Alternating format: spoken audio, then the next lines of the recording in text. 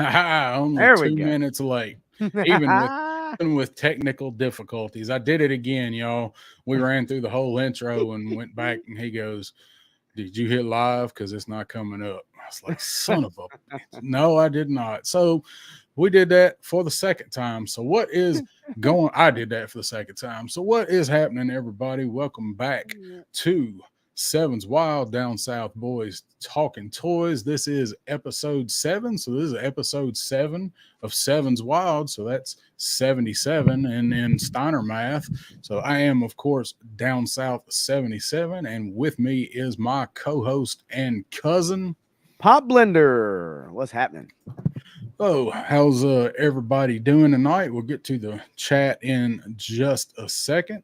So got some stuff we're gonna go through tonight. Got a pretty decent sized show, assuming it goes off the way that we are hoping that it goes off. So since it is the top of the show and we do have some folks in the chat, I am going to go ahead and throw out a small disclaimer that this show may go off the rails because I may have to leave.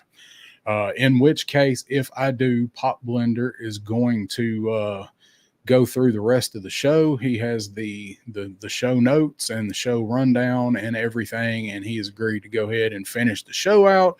So I may have to leave, and the reason why is I may have to run somebody to the hospital or go to the hospital if somebody goes and it is non-negotiable.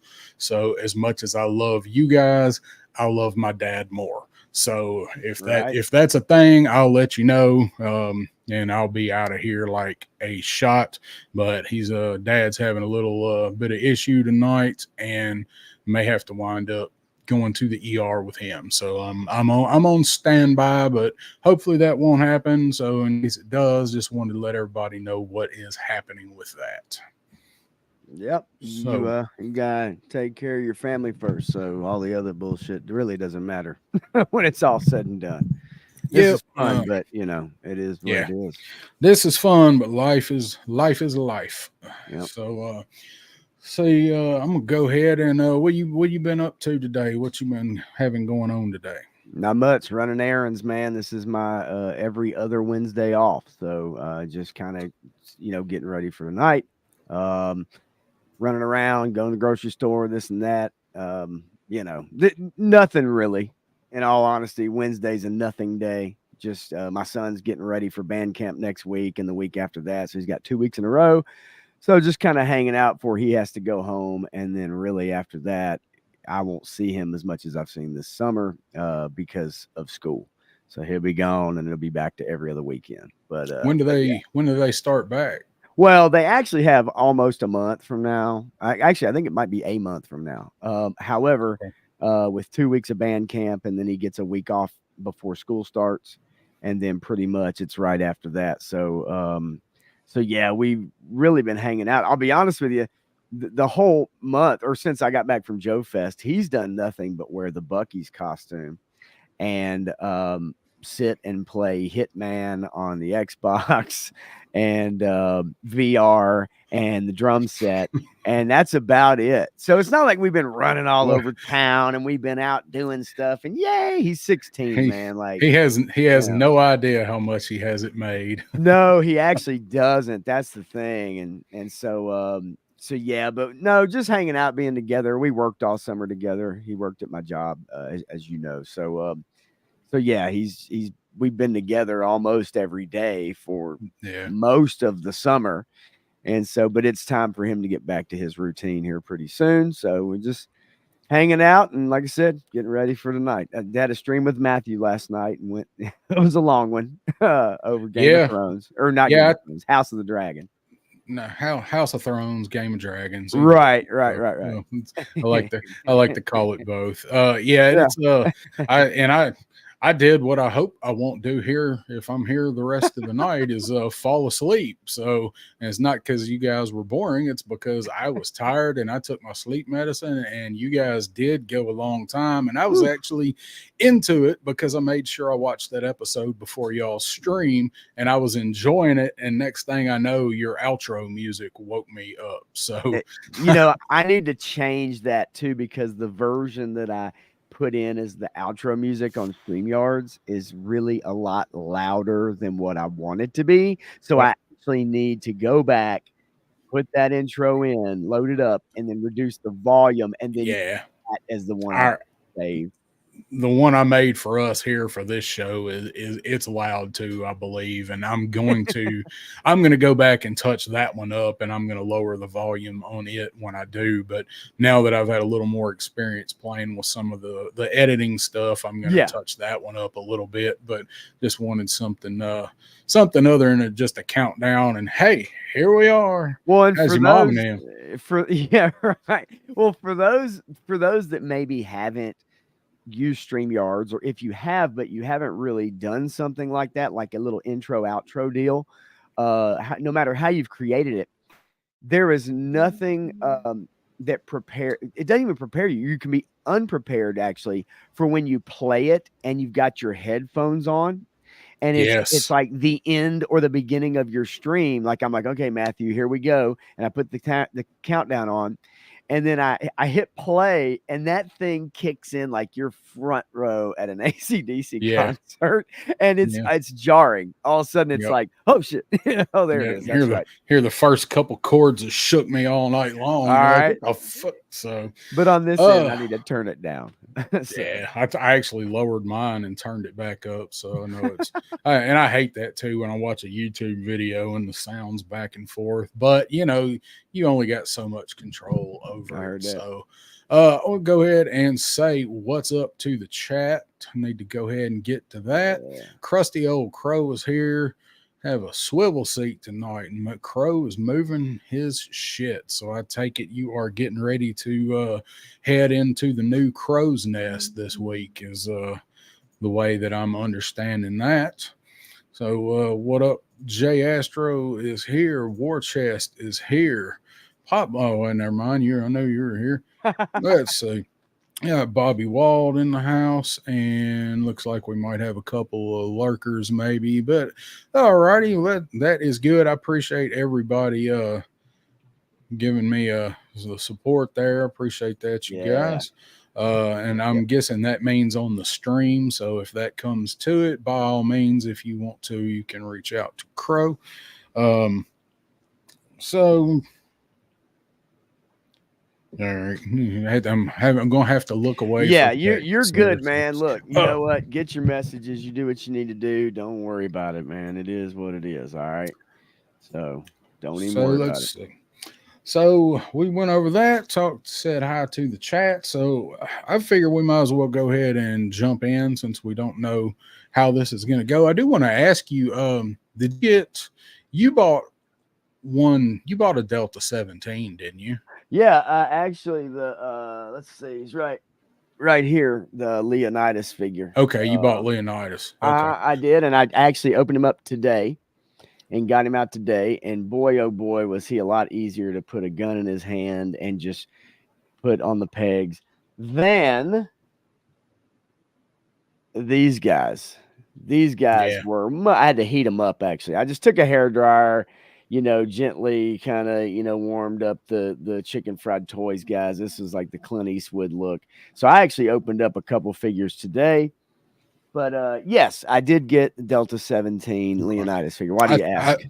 I thought you'd gotten one. I just couldn't remember for sure. Cause I was gonna do I got 3, and I was gonna do a video on them. I've even filmed the intro for them. Okay. And I haven't been able to get around to doing the video, and I got tired of looking at them, and I was like, you know what? I'm just I'll do a video after I open them. I can't look at them anymore. I gotta tell you, man. So I got Shepard here, Commander Shepard here, and man, these are some badass figures. Yeah, they are. They're super cool, actually. I like them, and like I said, I think they're, out of all the independent ones that I've seen or maybe handled, they seem to be the ones where the guns fit maybe the easiest into their hands.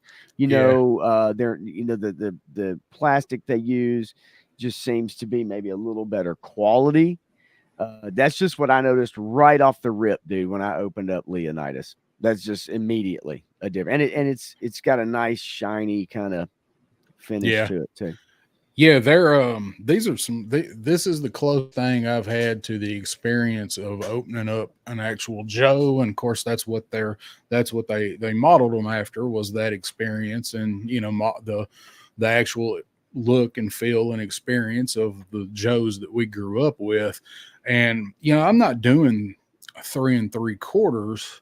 Right. I'm pretty much doing 6-inch figures, 12th scale or 1/12. But I gotta say, man, I really like these. I'm gonna pick some more of these up. Well, it sounds like Crusty Old Crows beat you to the punch, actually, because or at least he's going to as well.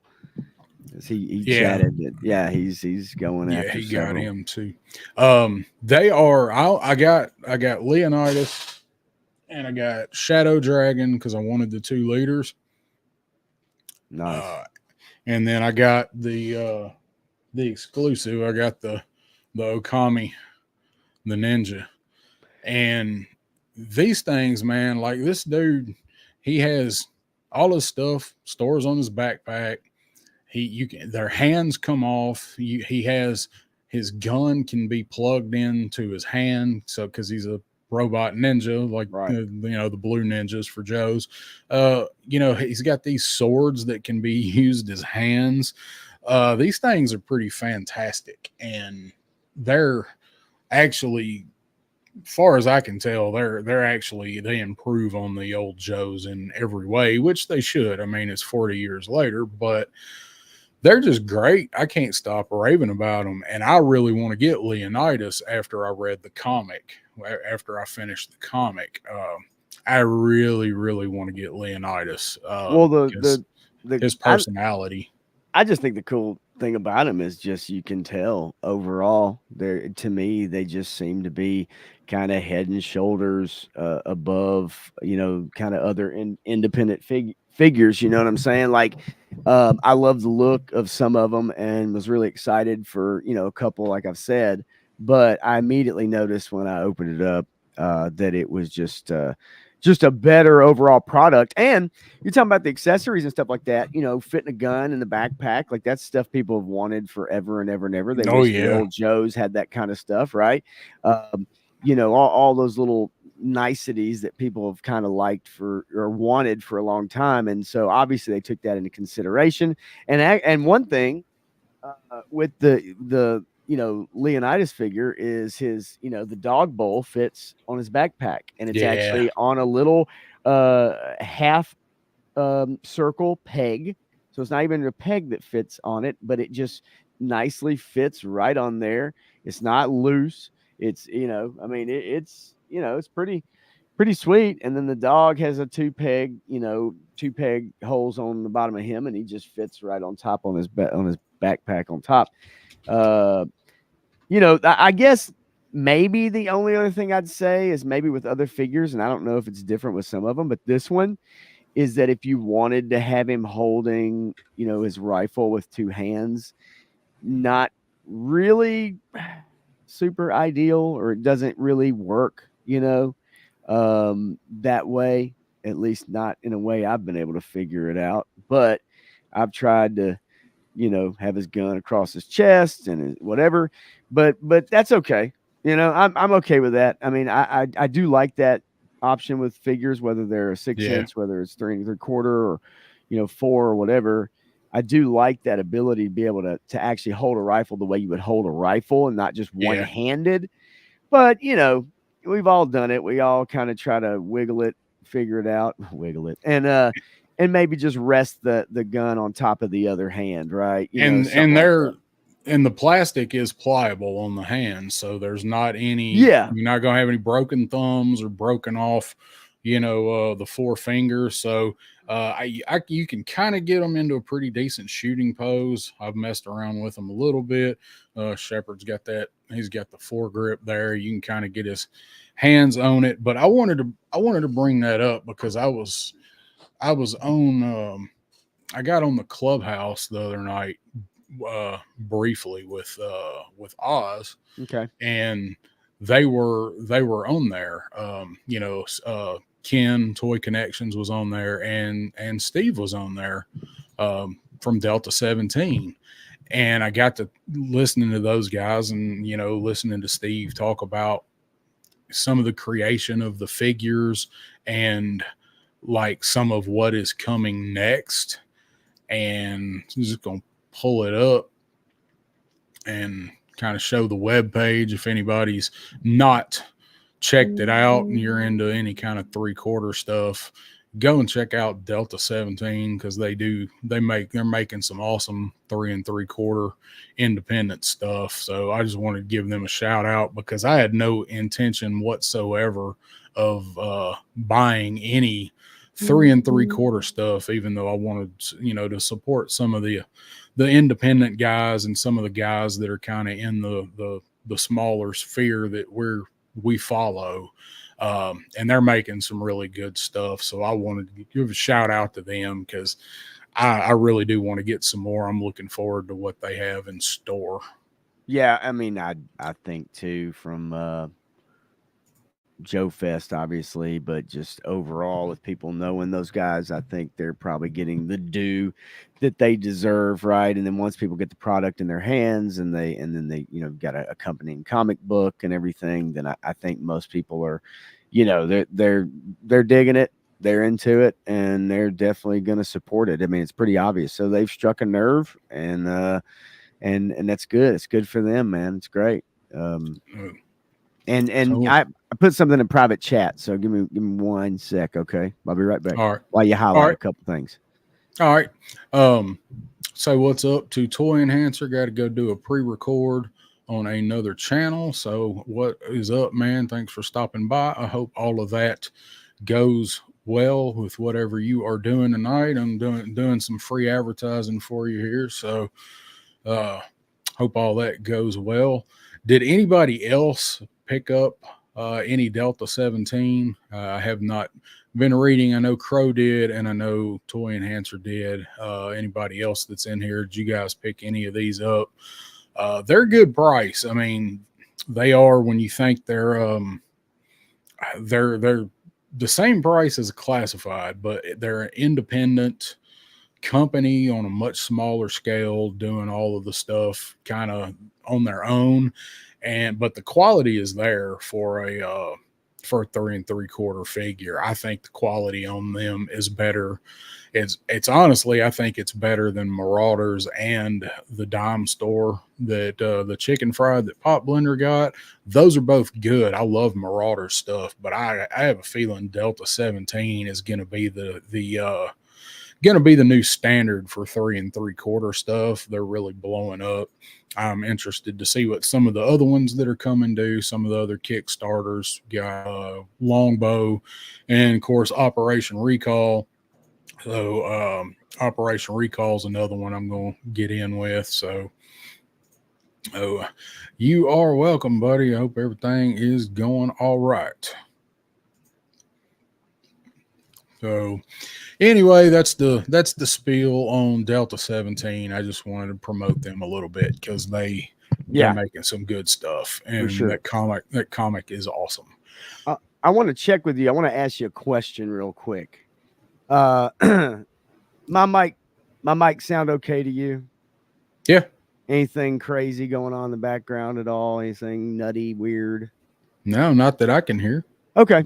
I'm just making sure. I just want to make sure. I got something that's going, and I just want to make sure that it's okay. I didn't want it to cause any, sound issues. So that's all. Is what is going what you put in the private chat? No, actually, okay. It's not. It's not. And for anybody in the chat, it's nothing crucial or anything like that. It's just that I want to make sure that it's you can't hear anything crazy. No grumble duffs. Okay, yeah, cool. All right, so we're good. All right, I apologize for that, but yeah. Anyway, so no, I agree. They're getting their due. Nice guys, do a good job. They deserve credit, and even though I'm not out grabbing multiple lines and everything, I do like what they've done, and I think it's going to be a success. And if they can keep their comic book interesting, then I think that's going to even add to it even more. And that's fun. Yeah. That's good. We need new products, man. Like we need new good products, new ideas, independent ideas, not from Hasbro, not from any other toy maker. We need independent ideas, interesting things. And that includes movies, TV, but also when it comes to action figures, comics, and other stuff like that.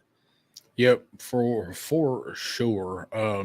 And their comics really good. The damn thing feels like a graphic novel. It's got some thick pages, some nice glossy print.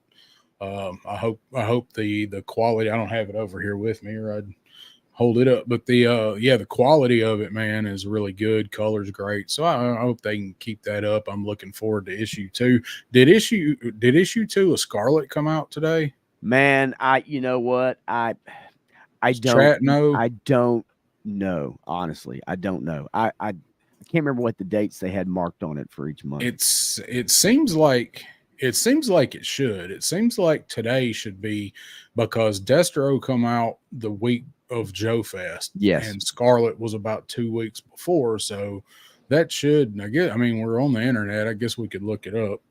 Yeah, actually, look, I mean, yeah, we've got a rundown, but that doesn't mean that you can't do a little typing, a little looking, man. I don't think anybody's gonna, hold that against us today. Krusty Crow says Scarlet 2 was today. Okay, this week was Transformers. I got to get on that because that will disappear quick where I'm at. It just seems to. I gotta go pick Scarlet up this weekend then. Yeah, and I gotta. We'll see how that pans out. I did want to say hi to my sister is watching us right now, so she's lurking. Oh, okay. She's not in the chat, but she is watching us live. She likes to tune in and listen to us chat and stuff. So she's actually texted me and told me she's listening. Good. What's up? What is up, cousin? I hope you have a good night at work, because I'm sure that's where you're probably at. That's where she's headed anyway, probably here pretty soon. Oh, yeah. Actually, maybe right. No, actually, you know what? Well, yeah. She took off for her birthday week, but that was after the party on Saturday. So actually, I think she's off. I think she might be off this week, if I remember correctly. Yeah, sorry, I missed that. I was fighting mice and in the creek, about 80 miles away. So yeah, I bet. So let's go ahead and get on with it. So you know what it's time for now. What's going on?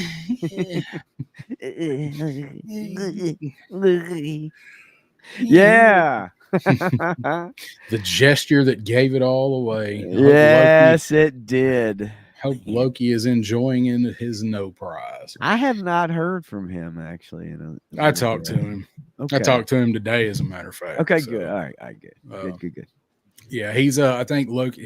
He's having some issues with his internet, is what I think Toy Enhancer had said. So hopefully he can get that work back out soon and be back in the sphere. Miss Loki's comments. Loki's man. So what's going on is we're going to talk about these fucking pre-orders. That's what's going on. And no, we are not even up to what ramps my vamp yet. No. We're going to talk about these pre-orders, and I know Punk talked about it on Monday, and I caught most of that. I didn't participate in that show. I listened to the last hour of it, so I missed that awesome rant that he went on, but I did go back and watch it, and we're going to talk about that too. But he had asked a question about, do pre-orders make you mad or upset you or whatever, was kind of his topic for the show, and he's got his opinions on it, and mine are, they do when they keep playing this shell game. I keep talking about the shell game that they play and the cat and mouse they play with the pre-order dates. We've talked about it several times on this show, and the stuff we got going on now is just I want to say it's unacceptable, but what am I going to do? Not buy Right. it? Not Like, accept it. yeah, I mean, yeah, that's the word that I want to use is it's unacceptable, but what I'm gonna do about it. So you got some figures this week, Yep. over the weekend actually. Who all did you get in? Well, let's see.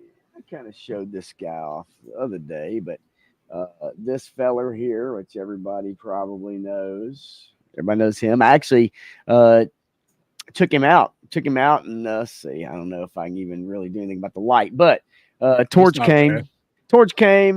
Took him out of the box and put him together, and even put him up on the screen actually. And cool figure. I like him. I still like Ripper. But I do like some Torch. And then this guy came. Let's see if I can angle him so that the light doesn't ruin it. I don't have any great way to do it really. But my screen is so bright. My computer screen is just a monster, Mine is too. I need to turn it down. But anyway, so Naugahyde would be obviously. There we go. I need to angle him up a little bit. Did you take Naugahyde out yet? Did you play with him? I actually have not. Okay. I have not taken him out yet. Maybe it's because there's so much, right? Yeah.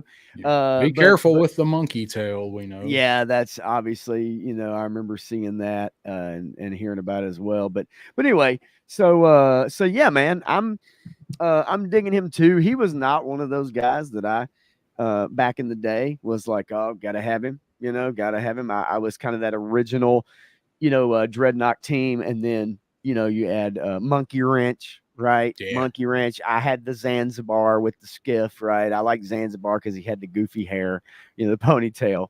But and then Thrasher obviously in there as well. Yeah. Zorana. I mean, right. It's you probably had them all. Most all of y'all have probably had them all. But Naugahyde was not really one of them guys that I'll be honest with you.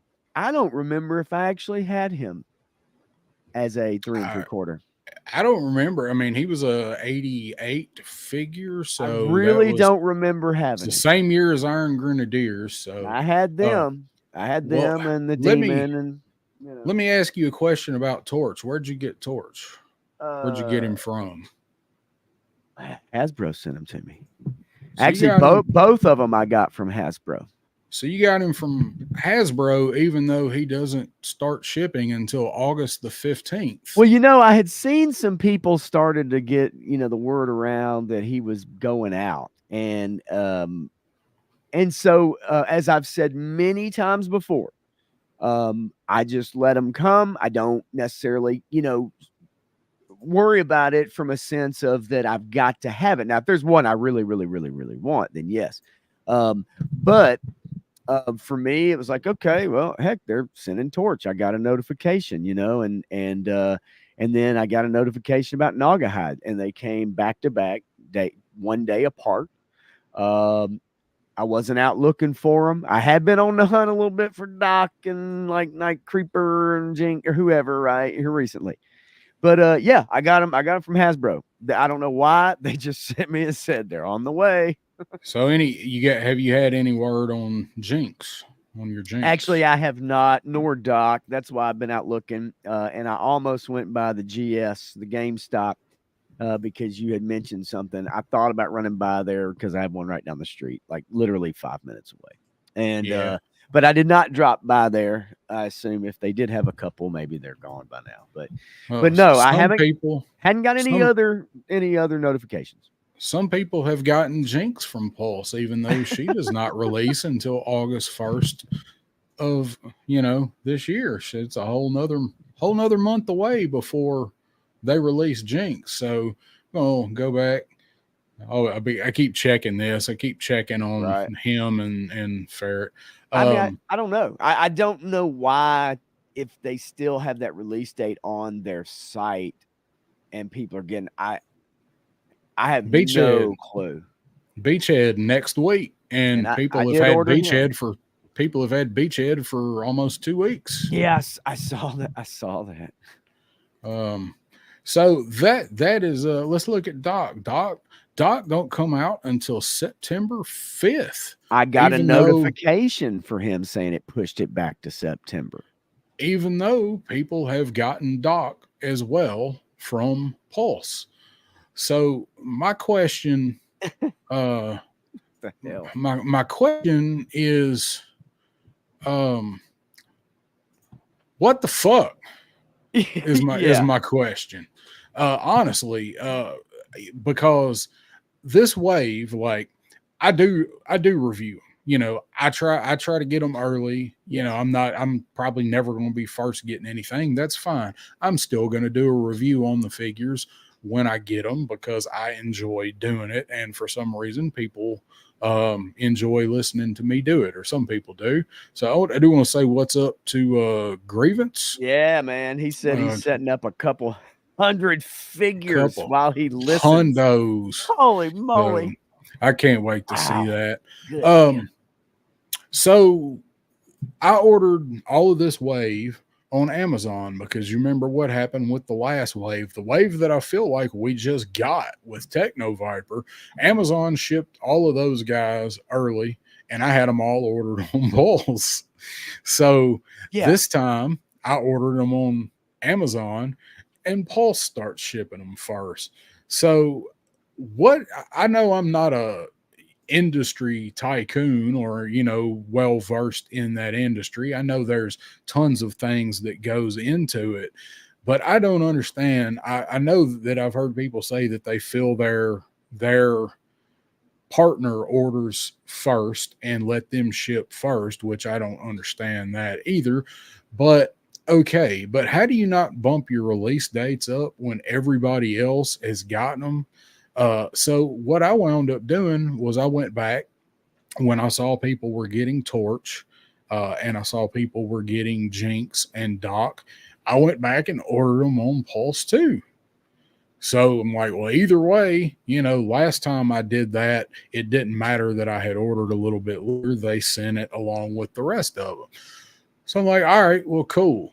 Well, then I'm going to see, I saw it up here in the chat, and I'm going to find it and highlight it real quick right here. Yeah, right here. I actually saw that, and I'm like, damn, I wish I could run up there real quick. War Chest, or just get him online. War Chest points this out, and this is one thing that I wanted to bring up. So I am also going to bring this up. This is GameStop's home site. I have signed out of it. So as you can see, you got Doc, Beachhead, Jinx, Night Creeper, the right Eel, there. Torch, Noggerhide, Snow Serpent, all of them. You see what you don't see anywhere on here.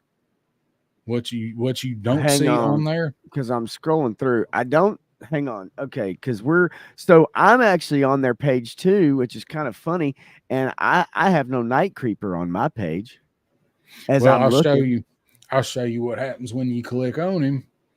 It asks you to verify your address, and depending on where you are, he may or may not be available. Well, I can tell you, he's not even showing up on this particular thing. Wow, look at this.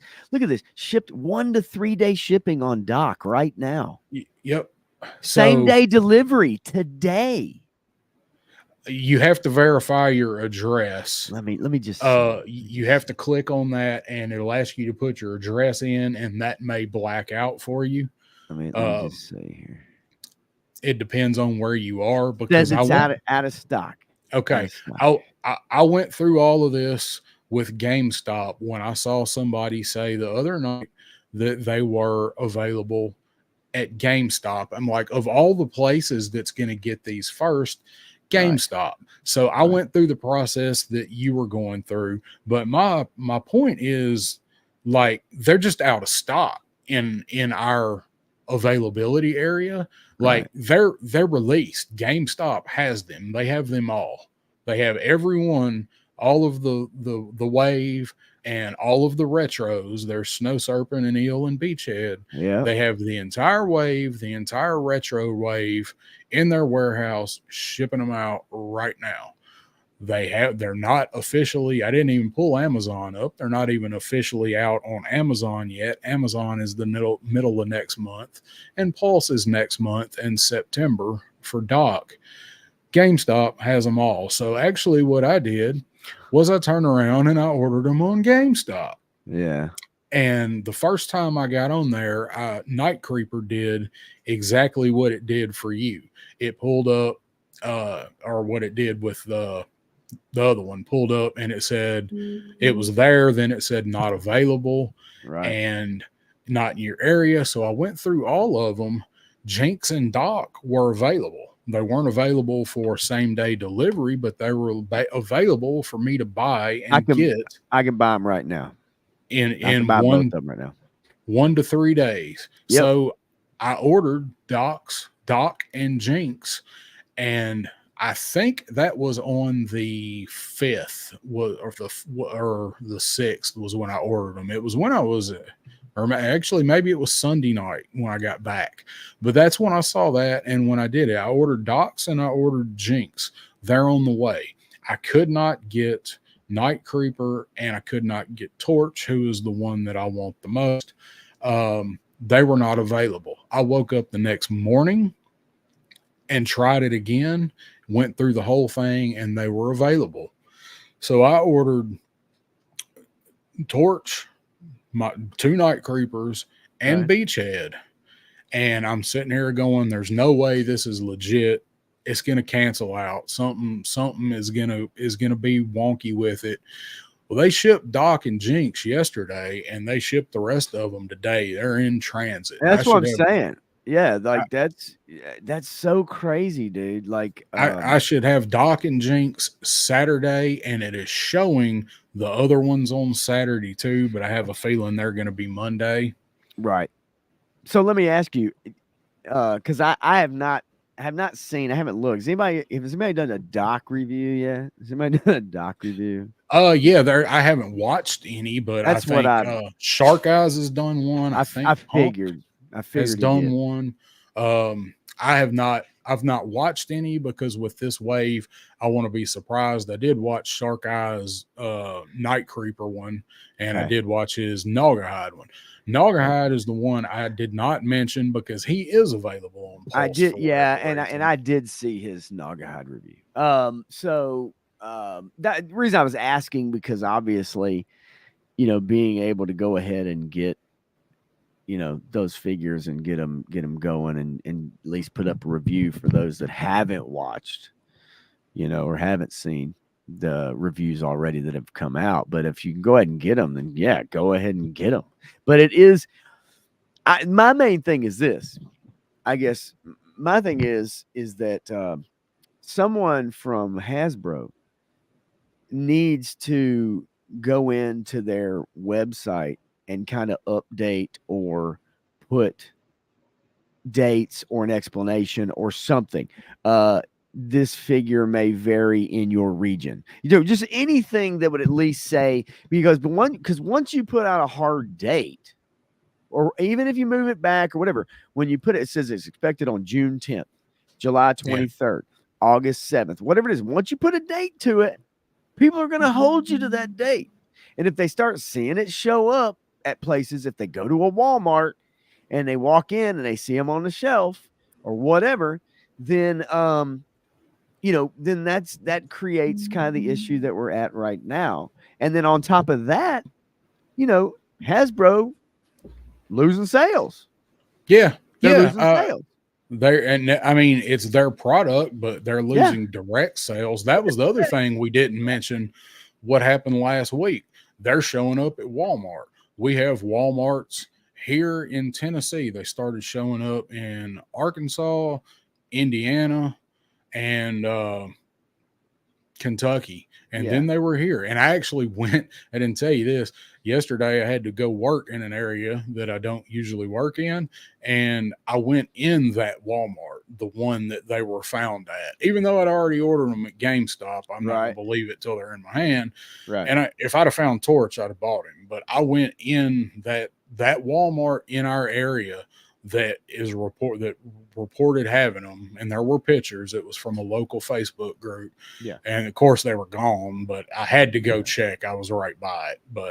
But so Walmart like has gotten these on the store. They're not available on Walmart's website. I ordered them too on Walmart, thinking if they're getting them in the store, maybe they'll go ahead and start filling orders.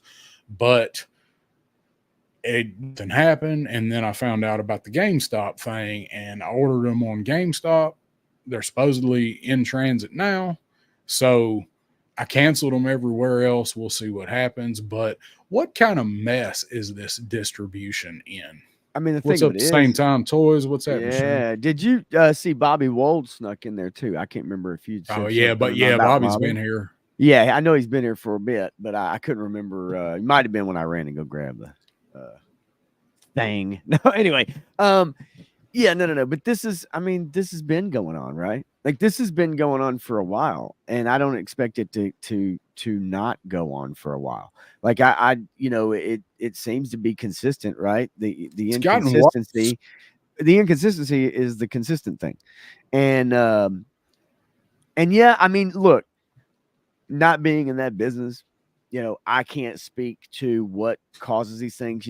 Just last week, I think it was Matthew and I believe talked about like with the delay on the Hasab, right? And the delay on what is their QC issues? Was it, paint deal? Was it, a factory issue? Like, I don't know. But when they put those dates on there and they put the on each figure, even, they put a wave out, but then each figure might have a different date with it. But then you start seeing the stuff show up, then yes, it's frustrating. And the bottom line it goes back again. This goes back to something I talked about a while back, which is whether you pre-order and they don't take your money immediately, and then you budget for it, or you say, okay, it's going to be coming out this time, or it's going to be coming at that time, or you're presented with the option of canceling your order and buying it because you ran across it at GameStop, whatever it is. With the amount of figures coming out, we're not talking about going to KB Toys and paying $279 for Tomax, okay, in 1985. We're talking about $25, and you get 4 figures a wave, $100, and so people try to budget for this stuff. And when you start screwing around with your release dates, or it moves up, it moves back, whatever it is, or it comes out, then you start screwing with people trying to get the product. And so instead of it being consistent all the time, it ends up being wildly inconsistent. Yeah. And that causes issues for a lot of people who want to get your product. That to me, I just feel like it goes back to that whole thing. This stuff is not cheap. Now go ahead. I highlighted this here because this is their get out of jail free card. If you can't read that, they started adding that to the stuff last year.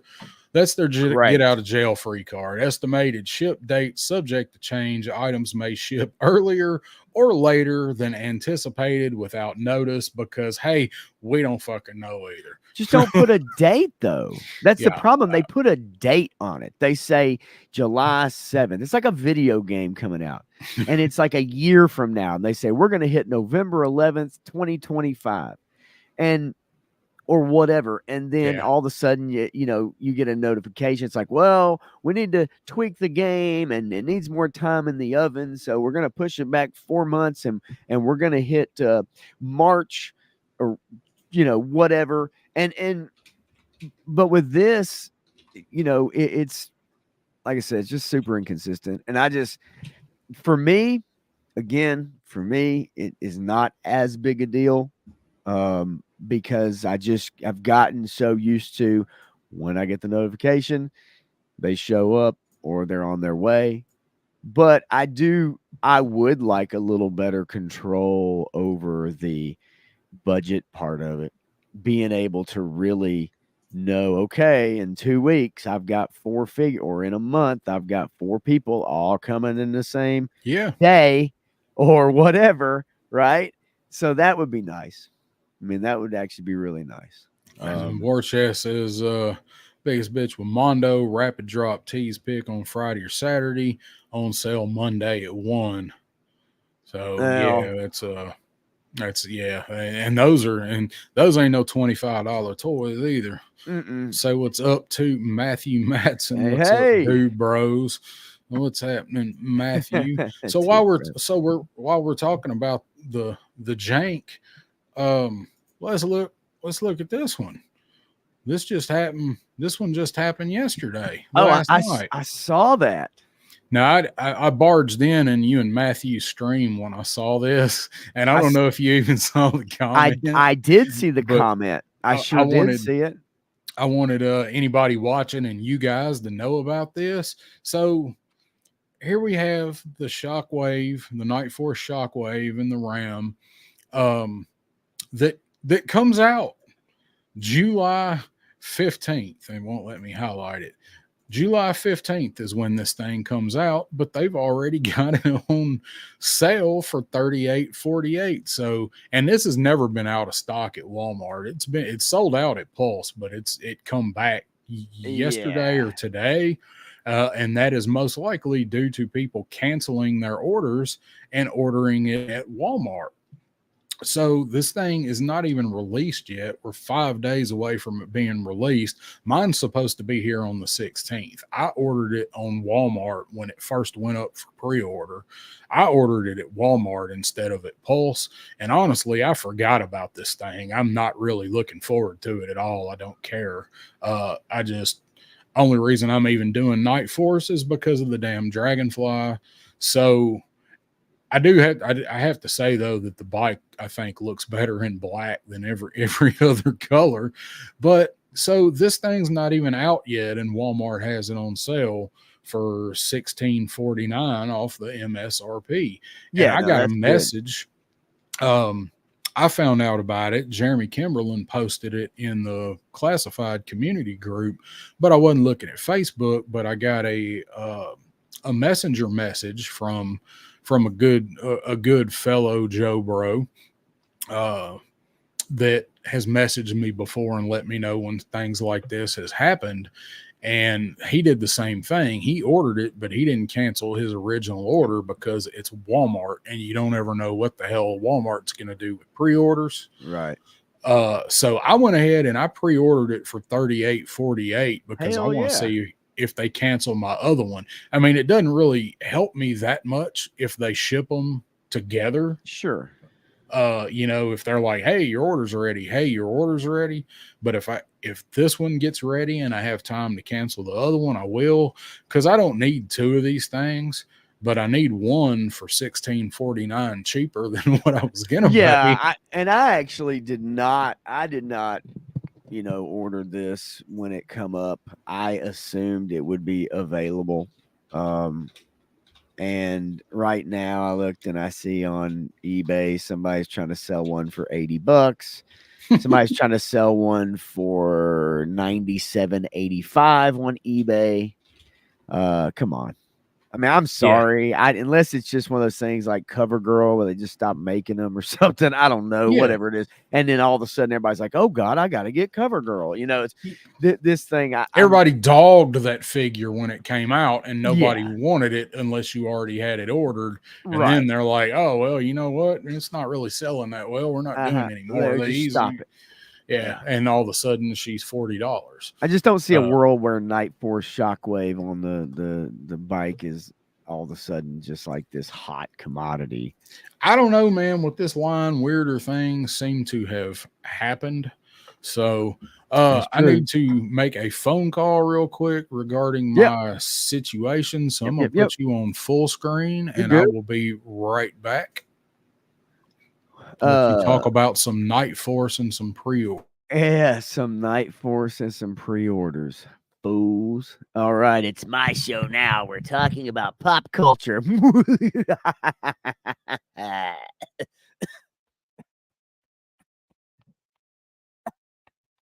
Anyway, so uh, yeah, yeah, right. No, and Matthew, if you didn't join earlier, down south, his got some family stuff going on. He may have to take off. I will, if that does happen, I will definitely try to carry on as best I can. Um, and um, and so we'll see. There's a couple things on our show rundown that I really need his expertise with overall because I'm not as well versed. But we'll see. We may get to that when he comes back. If we do, it'll be pretty soon. Either way, for me, I know what he's talking about when it comes to pre-orders. Now, again, guys, I collect the G.I. Joe classifieds. You all know that. That's about the only line I collect. I did buy some of these figures at Joe Fest, but honestly, if I wasn't at Joe Fest and I didn't see them, I probably, would not have sought them out. And just being frank with you, but I'll be Brandon in this particular case. So yeah, like I don't know, man. Are you guys in the chat? Are y'all really clamoring for Night Force Shockwave on the Night Pursuit cycle? Is that something like throw a Y or a no if you can, if you're not, near a keyboard or your phone, whatever, that's fine. But like are you I'm sure a lot of y'all pre-ordered it, but is it something you're really, really waiting for? And if you are, I would cancel my pre-order from Pulse and I would go buy it right now for $38.48, unless again you find yourself in the situation where what I hate is where you do the pre-orders but then they don't take your money. And I get it. People say, well, that's because the date fluctuates. Yeah, that's fine, but ultimately at the end of the day, you know, I would rather take my money, but that's the kind of collector I am. If you're on a time frame though, then I fully understand where you would not want that, because if they keep moving it around, your money's already gone. You don't want to sit there waiting on it. War Chest Full of Toys says, not a huge fan of another redeco of the bike. However, it's better than the Tiger Force. I agree, although I do have that one as well with Duke. And Shockwave looks like a badass. I do like the outfit. I'll be honest with you. I am a fan of the original Shockwave and the blue camo. I really do love that look. I've always loved that look.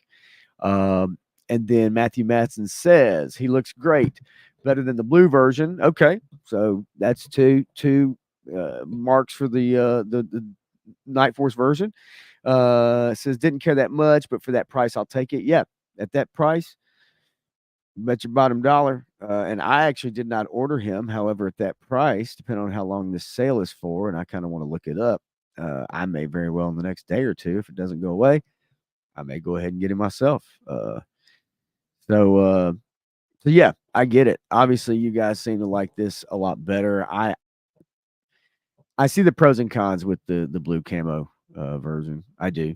I don't think that figure was quite what everybody was hoping for. I miss the guns personally, and could have probably done away with the shield, but I get it. And we don't have anybody with a shield like that I can remember anyway. So I'm good with that. War Chest also says I love the. I'm guessing the original Shockwave. But the shield kind of screw up, kind of a disappointment. Exactly. Yeah, exactly what I was just saying. I don't know. Just didn't think it quite was the best fit for him, and it's unwieldy. And once he's holding it, then that's that. He's got the shield. It's like, okay, where do we go from here? So yeah, Matthew, flip the shield, as in use it as a surfboard, as a snowboard. That'd be pretty cool. Um,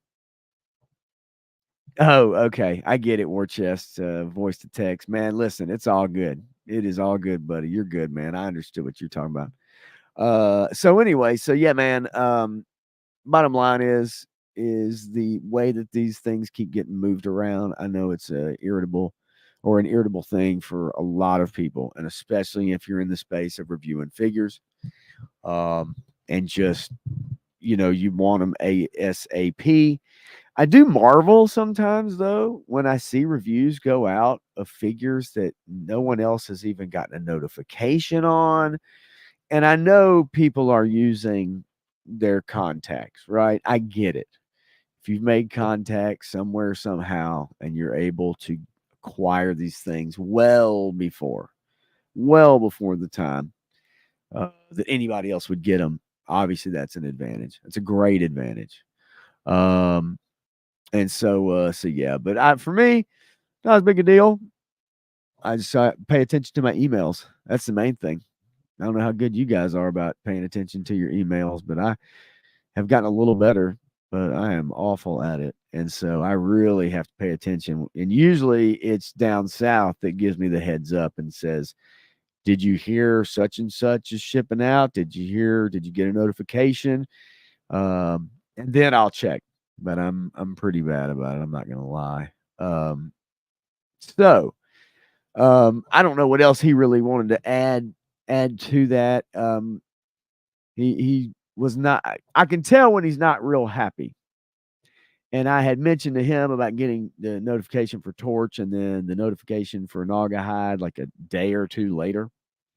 And I could tell he was not super thrilled about that. But it seems like, really, considering GameStop or whatever, he's obviously been able to rectify that situation and then some, because obviously he's got Doc and Jinx on the way, Beachhead on the way. I don't have any of them on the way. Tempted to go ahead and buy Doc, though, on GameStop. We'll see. But in the meantime, let's see here. I want to bring up this Diaper Island thing, this Swiper Island thing coming up. I really was hoping he would be here with me to get into that, but I will ask you guys a question in chat, and y'all let me know how you feel about it, what you think about it. How do you feel, and do you believe that Swiper Island was taking a break, a Father's Day break, living life, as they said, while a bunch of losers speculate and talk about them? Do you guys believe that? Obviously, there were some maybe copyright things going on. They got cleared of all that. Evidently showed the receipts for that. I'm good with it. When people provide receipts, I'm actually really good with that, because most people talk about stuff and they never provide any receipts about the hate stuff they get or otherwise.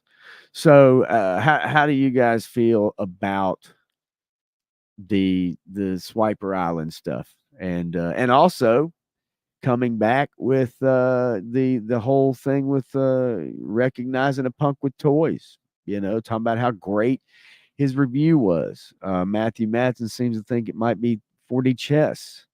Man, you've got to be really 4D chess. I love that. You got to be playing a real long game. We're gonna get into that. Okay. Not right now.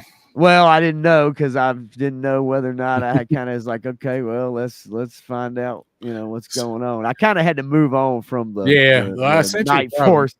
I sent you a private message. Let's see. Well, I mean, that you didn't see. I'm about as good as checking that shit as I am about changing my own diaper. All right. So the next thing we were going to get into, because the pre-orders are a mess, so everybody agrees. I'm ill with them. If you want my money, take it.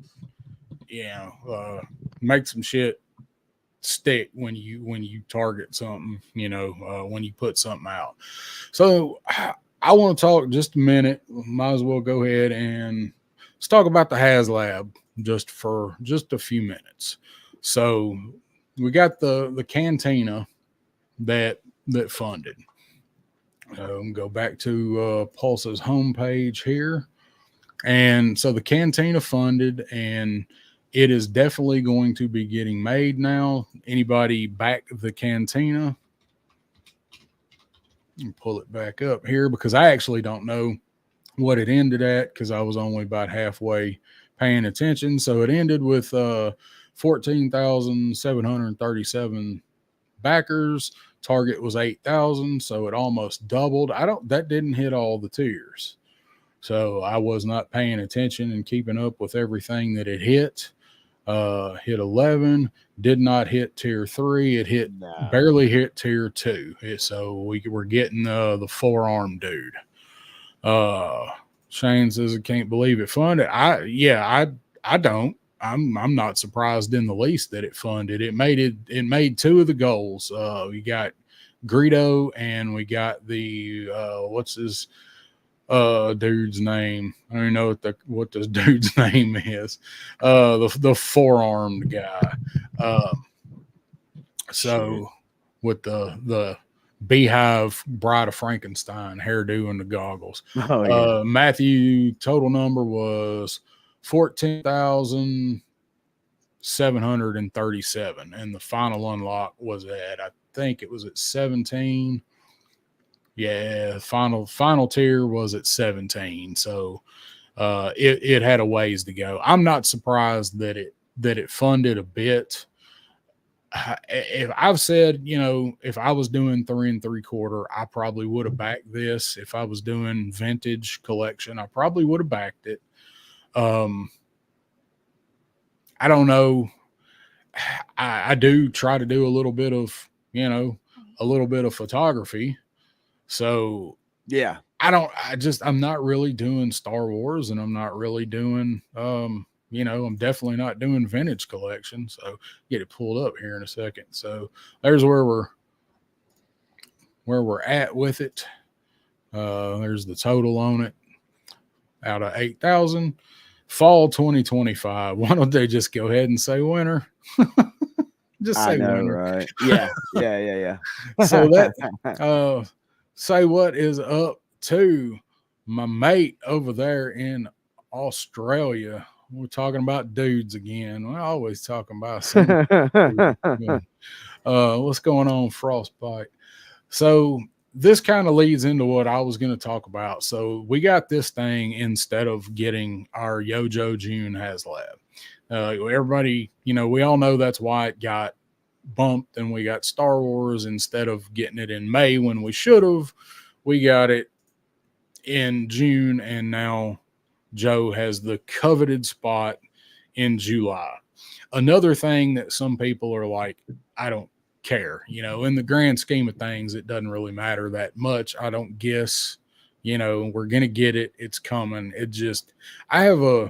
The way mine works is I compartmentalize things and I try to organize things, and not having the Star Wars HasLab in May and then not having the Joe one in June is just a giant, it seems wrong to me, Yeah. No. And I know Punk had said he thinks there's a lot of crossover with Star Wars and G.I. Joe. I do too. And that is a big chunk. So this thing was $400 or $500. And then we're looking at whatever the Joe HasLab is going to be. And I have a feeling it's going to be more than $275 or $300 this time. So I get it. But I don't know. What do you guys think as far as the whole Star Wars pushing Joe into July? Does it really matter to anybody? I just would have liked to got the Joe one in June. And then, of course, we're getting our Dragonflies delayed now. We all got that email or know that it come out into December. Punk says, all the HasLabs get delayed and expect them all in December. That's fine. Put December on it. Yeah, I mean, don't put summer. I know there's a window of whatever it is, 6 weeks or however long it is. That's a cushion window, right? But just go ahead and say winter if you're not going to deliver it till the winter. I don't think they did though. I don't think they did know that it wasn't going to be delivered until winter. I think there was a problem, and there must have been a major problem. Something happened. There must have been a major problem with some piece that was manufactured or something that was manufactured. I don't think they would foresee that. I honestly believe that they probably want to get that out ASAP. They want to get it in people's hands. Now, as far as the marketing for YoJoe June and May for Star Wars, I do look at that as a missed opportunity. But I don't know from collector standpoint. I don't know how strong Star Wars is right now. I know as a brand overall, it's not doing well. But maybe from a collector standpoint, obviously if they can do a HasLab for that cost and it funded, they may not hit all the tiers like they didn't. But for that, price point, there's still people that collect out there that want it. Whether you release it in December, whether you put a fund up, a funder, crowdfund or HasLab up in January or whenever, I think there's people just gonna get it. I do think there's a crossover though between GI Joe fans and Star Wars fans, because I think there's a crossover overall when it comes to people collecting toys in general. But being one of the biggest IPs on the planet, Yeah. and then with GI Joe, it just has such a hardcore fan base. So yeah, I do think there's a crossover. I do think they missed their marketing opportunity. I don't know that it really makes a big difference in the grand scheme of things, but Yeah. I feel like there was something. Something happened. Like there was some either major or some QC issue where they said we cannot put this out. If we put this out for what people paid on the Dragonfly, then we're going to get killed over it, and we're going to end up doing refunds, or they're going to break, or they're going to whatever. And they said we're going to have to pull back, and we got to do something. And so, because I don't think they want to delay it. It doesn't serve them well to delay it, and I don't even necessarily think that with the Star Wars thing, I don't know that I buy that it really pushed back the Rattler. I mean, let's not kid ourselves. We don't know that. Man, come on, man. Like it is what it is, dude. I don't even know. You saw that poster. I don't know how you couldn't. I don't know what you're talking about. Cobra come on, man. You seen that Cobra Commander poster? I don't know what you're talking about. I got it starred in the chat. I agree with already got brought up with War Chest that the twins got that HasLab funded. Yeah, and people would have bought them if they'd have made them, but I think after the people that bought them, they would have been probably peg warmers. So that's a good way I just hate people that didn't want this whole thing to have to, it's kind of like the Cobra Commander, or if you wanted a HISS driver or whatever. Yeah. If you don't want the HasLab, you're going to be paying $120 for those twins. Yeah. Oh yeah, for sure. So that's I just wanted to kind of touch on that. I'm glad it funded, like War Chest said, people that want it. I'm glad they got it. I'm glad it funded. I think it's cool. I'd like to see one in person, but it's not something that I need myself. So I don't know. I just wondering if anybody in here backed it, because I didn't really see a whole lot of people that backed it when Punk asked. So I couldn't remember who amongst us might have. Yeah, I don't remember seeing many people that jumped in and was saying, yeah, I backed it too. I guess that's why, in my mind, I do believe there's crossover, but at the same token, I don't know how much that Star Wars Cantina affected Joe collectors. I think there's enough Joe collectors out there, that the next HasLab you put out, they're going to fund it, and it's going to fund quicker than the Star Wars HasLab, and it's going to hit all the tiers rather than the Star Wars HasLab. That's just my opinion. It might be it's a smaller number of people, but they are far more vocal, right? Like far more vocal than I think the Star Wars collectors are right now. That's for sure. Yep. So this is the comment that you had starred. Bobby Wall, did you guys see the promotional poster of Cobra Commander saying we want you? I guess it's tied to the HasLab. Has the Cobra Air Fleet symbol. Yes, it does have the Cobra Air Fleet symbol. Not the Rattler symbol, the Air Fleet symbol. So I really would like to be sitting here talking to you guys, telling you about how awesome the hydrofoil is going to be when we get the hydrofoil. But since we're not going to know that until, this time the next month, or 3 weeks from now, 2 weeks from now, I think. Yeah. 2 weeks from tomorrow, I think the 25th is what it says on here somewhere. Thought it said the 25th. It might Either way, might be in the so comments. Even. SDCC, they're going to reveal the new Haslab. So Yeah.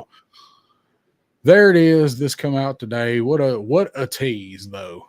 Yeah, I just feel like that it's I just don't know what else that it would be. I want to feel like they're kind of matching land and land, air and air, sea and sea kind of deal. You know what I mean? Like that just seems to me like that would be, or at the very least with some of the other vehicles they release, in there as well. But to me, it's almost like you do a 1-for-1 with each type of unit or each type of vehicle, I guess, Yeah. That's why I'm wondering what if they throw a curveball and it's like the Mamba. And they put the Cobra Air Fleet symbol on it. It could be. I mean, it could be, but I think that, let's say they did the Rattler, they're going to give you a sticker sheet and you can choose which one of those you want to put on it. Yeah. You know what I mean? Like I could totally see that. Just like with the Dragonfly, if you want to do the zombie one, right? Or whatever. I mean, I just don't know with that poster, if it's not smacking you in the face, right? I mean, if it's not just slapping you right upside the head and telling you this, you better expect it, and when we unveil it, it's going to be badass, then I just don't know. Look, if they all of a sudden flipped out and it was the hydrofoil, oh yeah. I mean, come on, nobody's going to be disappointed by that, But I said that based on the whole, we should have already got it because it's June. We should know what the Joe Haslab is. Yeah, sure. And I want the hydrofoil. Look, I'm not going to sit here and delude myself. It's probably going to be the Rattler. Frostbite to the Firebat, yeah. Because the Firebat. When he said the Mamba, I'm like, oh my god. The Firebat does have the Cobra Air Force symbol on it, and I don't think the Mamba actually does. I forgot to look before. I was looking at it earlier today, but I did not look that hard. Yeah. Okay. And I had the Mamba, but I don't remember if it had the Air Force symbol on it. It feel like if it did, it would have been in yellow. Yeah. But so yeah, the Firebat definitely had the Air Force symbol on it, and I think we'll see a Firebat.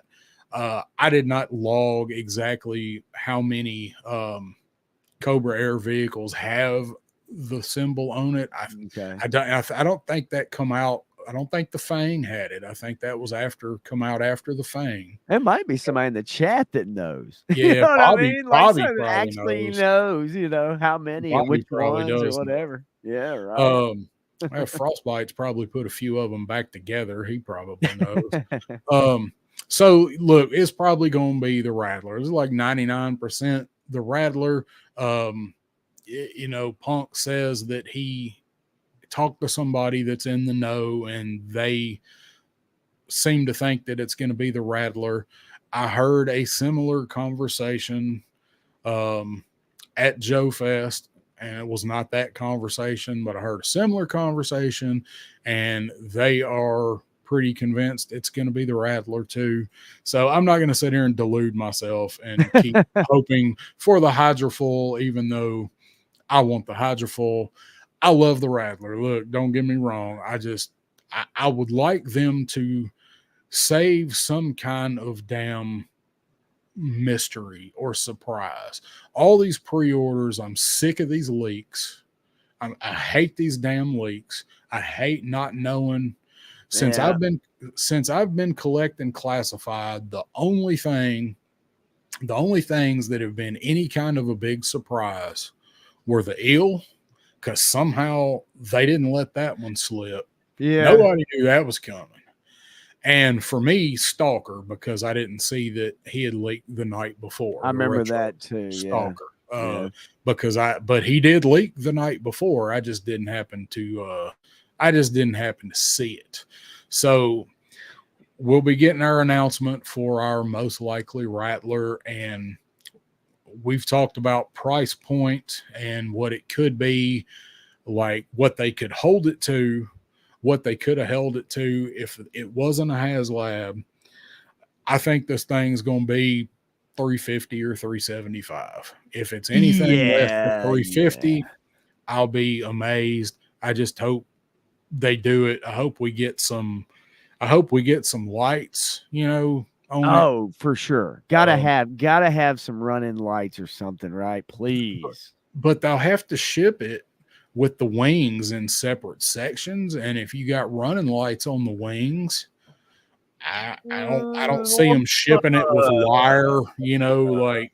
What about if they ship it with like the tail, like at least a tail one, like your tail and your two back. Yeah, they can ends, do like, that. you know what I'm saying? Like maybe running lights on that and Yeah. one in the front underneath the canopy or something.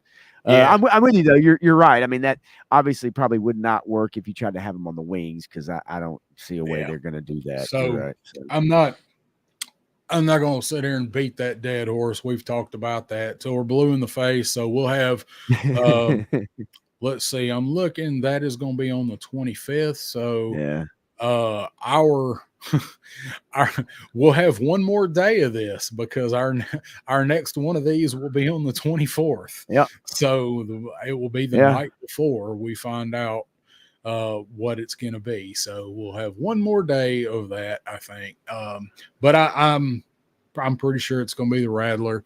I'm sure it's going to be awesome. I just really was hoping for the Hydrofoil. Rattler is on up there, for his best Cobra vehicles. I'm not disappointed. I just would like some kind of a surprise with something with this line. And I think if they pulled a switcheroo and it wasn't the Rattler, I think it would be awesome. Yeah, I mean, I'm with you. Look, I ain't gonna lie, I love that plane. I love that plane. Now, if it wasn't that and it was something else, at least that I like, then I would be, I'm fine with it. But I do agree with you. I think it is going to be quite expensive. There's no way around that. It is going to be pretty large. It is a big plane. However, considering I had said something to him right before that too. It's kind of funny, but he loves that Snowcat.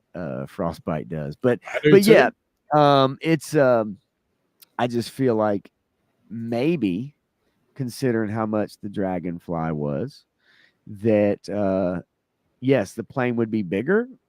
But you're looking about how long that the Dragonfly is, and I know from a width perspective, it's not quite, but they might be able to sneak it in under 350. They may very well be able to. It's no cantina. It's no cantina now, but no cups. It's not. Ain't got no cups. Wouldn't that be funny? Wouldn't that be funny if they threw a couple cups in with it for each seat? I'm sorry, man. Like, did anybody? Oh, never mind. I'm just gonna shut up. Those cups are gonna be worth a fortune.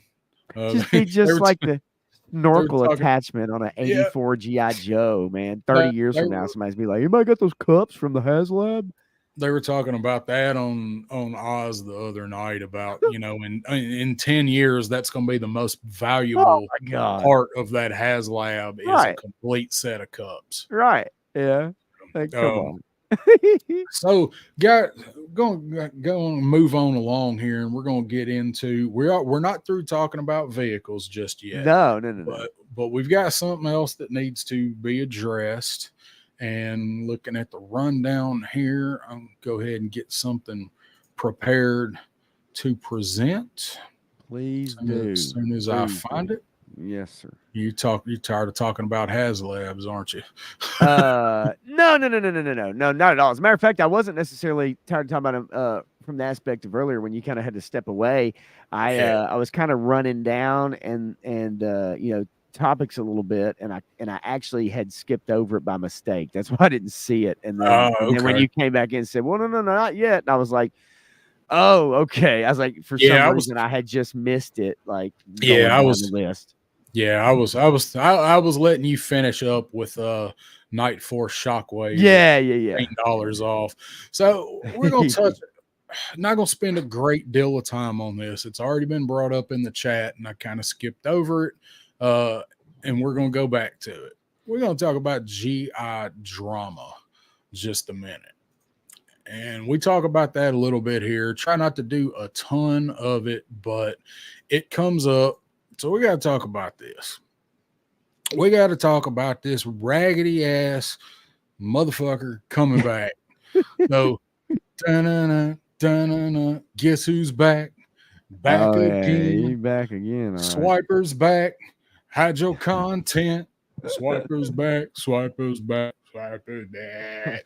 So he come back and he's got one video up. I did give it one view because I had to see. I said this dude wasn't gone when he supposedly got wiped off and everybody celebrated. I never thought that he would stay gone, and I'm not. I don't know exactly what is going on with this dude. His video, I don't even want to play a preview of his video. So you can't strike this. This is what it looks like when you actually pull it up on YouTube, motherfucker. Yeah, I mean, see this. Yeah. So he's back on here. He's only done one video. 19.2K subscribers, so he's gonna have to get him at least 800 back before he can do that 20K giveaway or buy him 800 more. Most of what he has put back though is right here. It's right here under the community tab. Yep. This is what he's come back right here. That's what come back. Don't call it a comeback. That's because I don't think he actually went anywhere. He's got a new logo. And look at this right here, swipe. He got swipe on his picture here because we call him Swiper because he swipes people. I mean, listen, God knows what he's doing, man. Yes, he does. He knows what he's doing. He's smart. A pain. He's smart. He knows what he's doing. I mean, I'm just gonna tell you that. So no copyright found in your video. This is post there. Then he's got this he's actually got the Comic-Con link to submit your entry for the lottery system there. I hadn't actually even seen that posted anywhere. I wonder where he stole it from. But this is what I want to touch on right here. Everybody is this is what come up in the chat earlier. Now I saw this yesterday, and I saw this 26 minutes after it was posted because I was doing a little bit of early prep for our show here tonight, and I wanted to look and see if he had put up anything new, stolen anything from anybody, any new call outs calling us dude bros, chat bros. And I saw this post. So if you haven't seen it, check out the excellent review of the Retro Ill by at A Punk with Toys. Well-paced breakdown of the figure and package, hands down, best, most engaging review I've seen in a long time. He makes a strong point, a strong argument for redesigning the back of the packaging. Hasbro should take note of it because it would look extremely cool. And he links Punk's video here. And I took a screenshot of this and I sent it to Punk. And like I said, I saw this 26 minutes after it was originally posted. And Punk messaged me back. And Punk said he'd had several people send it to him already. So he knew about it, but he knew about it because he was tagged in it. He actually tagged him in it. Yeah, I saw that. So as soon as I sent Punk that message, I'm like, well, shit, he already knows. He got alerted. And I can't imagine what went through his head when he got that alert that he was tagged in a post by Swiper. So my question is, I don't know. I didn't ask Punk what he thought about this. I'm sure Punk is going to be more than happy to tell us. I'm not going to put words in Punk's mouth or thoughts in Punk's head. that is all up to Punk, and I'm sure he'll give us his opinion on it when he's ready. But what kind of balls does this motherfucker have on him to what kind of game? I think it was Matthew that said something earlier. 40 chess. That's what Matthew said. What is this dude? What kind of game? Yeah, chess. What kind of game is this dude playing with one of the first people that he put a fake copyright strike against? And now he's going to show up and he is going to not only praise him, but he's going to link somebody else's video. So this is going beyond not giving credit. This is going beyond actually giving credit and saying, here is the real authentic source material. Go check out this awesome review of this dude that I placed a fake copyright strike against and got his account jacked up for, what was it, 2 months, 3 months, whatever it was, and Punk had to make a second account. What is going on with this shit? What do you think's happening? All right, here's the deal. I don't think, well, I think there's two things. Okay, number one, dude is not dumb. All right, he knows what he's doing with this channel. He has, everybody talks about slick production and all stuff. So he knows what he's doing with this channel. He knows how to get this stuff out, whether he's got an editor, whether he does it himself, whatever that is, whatever it is. And what happens is, you know, you do have somebody like that who is able to get out content. It looks good. It sounds good. The mics are good. You're going to get people, you're going to get normies to tune in. You're going to get some collectors to tune in because it's slick production. Okay. It looks good. And from that standpoint, I will say there are people out there who are not happy about that. Now, I'm just leaving all the other stuff aside. I'm just talking about the production value and all that. I will give the guy. It's slick. Well, right. I'm saying I will give the guy credit from that standpoint because, yeah, we all watch a lot of YouTube. I watch all day long, day to night. Great production, great sound, very good. Now, when you include all of the antagonizing, the comments in the videos, the passive aggressive shit that he says in his videos, he won't name names, but he'll say it in such a way that it could mean anybody, right? So when he says losers or, you know, overweight or over the hill or this or that or whatever. Yeah, over the hill. So he's got this passive aggressive style when he starts calling people out because he calls them haters and this and that. Okay, fine. Well, so I don't, man, it's like looking into the mind of not a psychopath, because I'm not going to say that, but it's like looking into the mind of someone who smiles to you, but you know that the gears are turning inside and they're trying to figure out how they can win. And so you can't really say anything necessarily about his post because technically he's doing what everybody asked him to do. Yeah. Am I wrong? Exactly right. Yeah. But you're 100% right. But in his comeback video, though. Yeah. So you get these mixed messages. Okay. You get the comeback video first that talks shit. Okay. And we're back and blah, blah, blah, blah, blah stuff. Right. And then you get something like the post. So it's one of those things. It's like, if you look at it, you just have this dichotomy. You've got the one person who's being vindictive and really going after people. However, considering what's happened in the past, he should be held to the fire, so to speak, for his actions. But Yeah. then, okay, so he makes that video, talks shit, but then turns around and puts out a post like this. And I don't think this is the first one, right? Didn't he do another one not too long ago before his channel went off for a little while? Didn't he do one? He gave some Somebody credit. Yeah. So Yeah.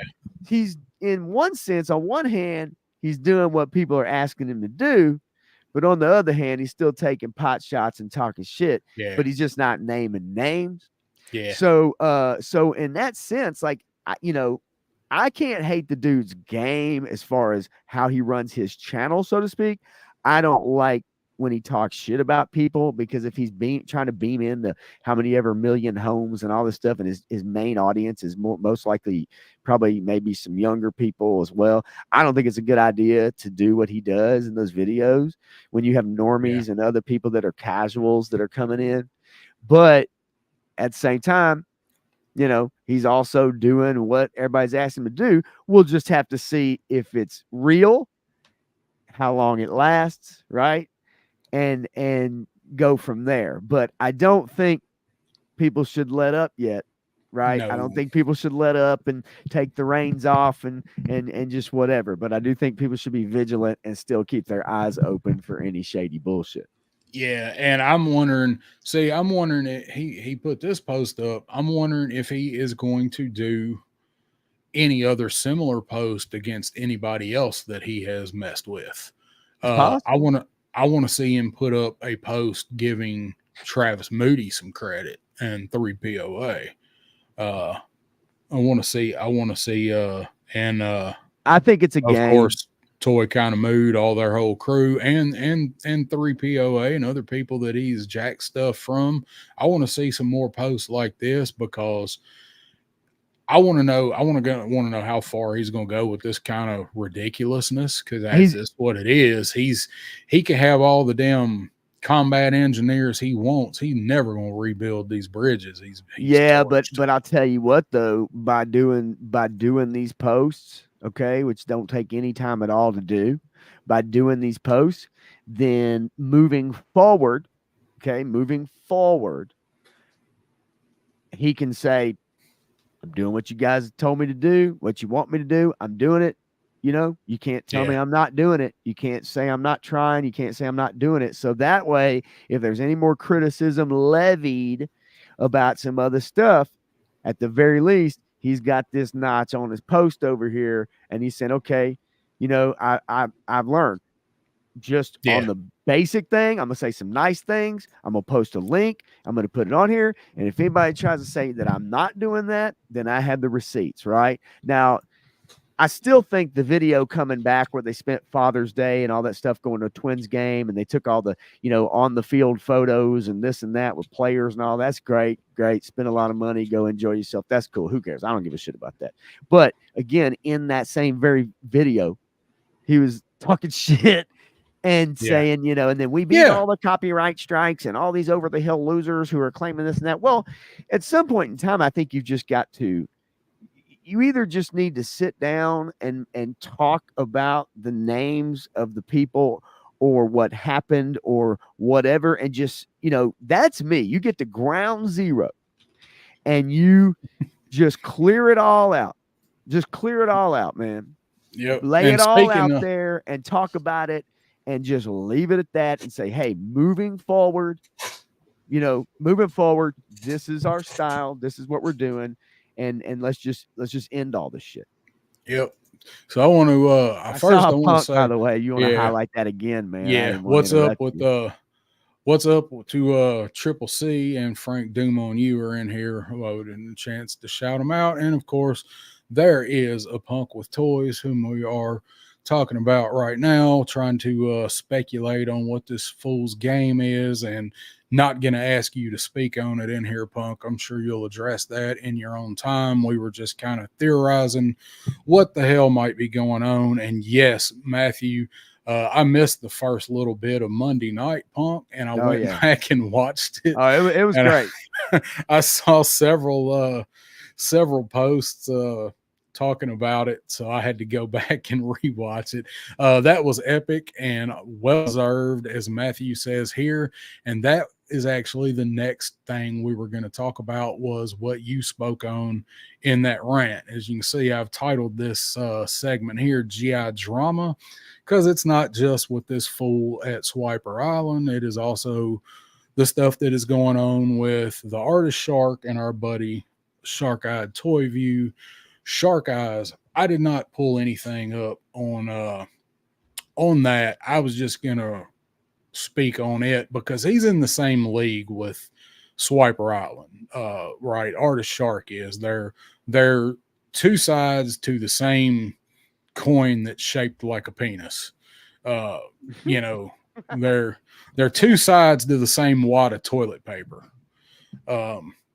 Yeah, I knew they were doing a show on that tonight too. I imagine there's probably a lot of people that are talking about that tonight. So I just don't understand this fucking copyright petty bullshit. Like I don't get it. Everybody knows what that kind of shit means. Everybody knows what it means to strike channels and put in false strikes, even if they get cleared. It's a pain in the ass, especially for someone that's monetized, and especially when it's just the dumb bullshit.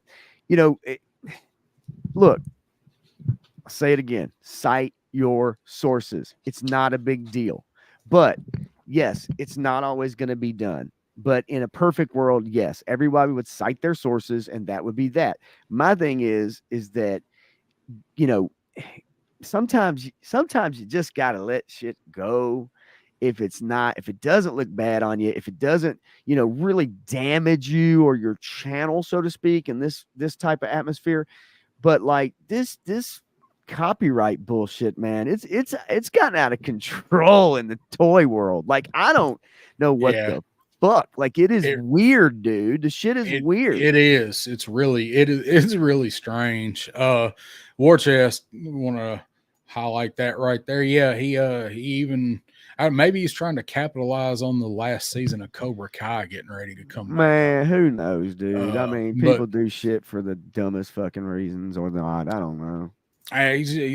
So he's kind of he hasn't rebranded, but he's put a new coat of paint on everything, so to speak. Right. That's what it's a whole new coat of paint, and maybe he is trying to cultivate a new image, like you said, for newer people that don't know about this nonsense, sure, or normies, casual people that tune in for 3-minute news bursts, same as Artist Shark does, because they do similar things.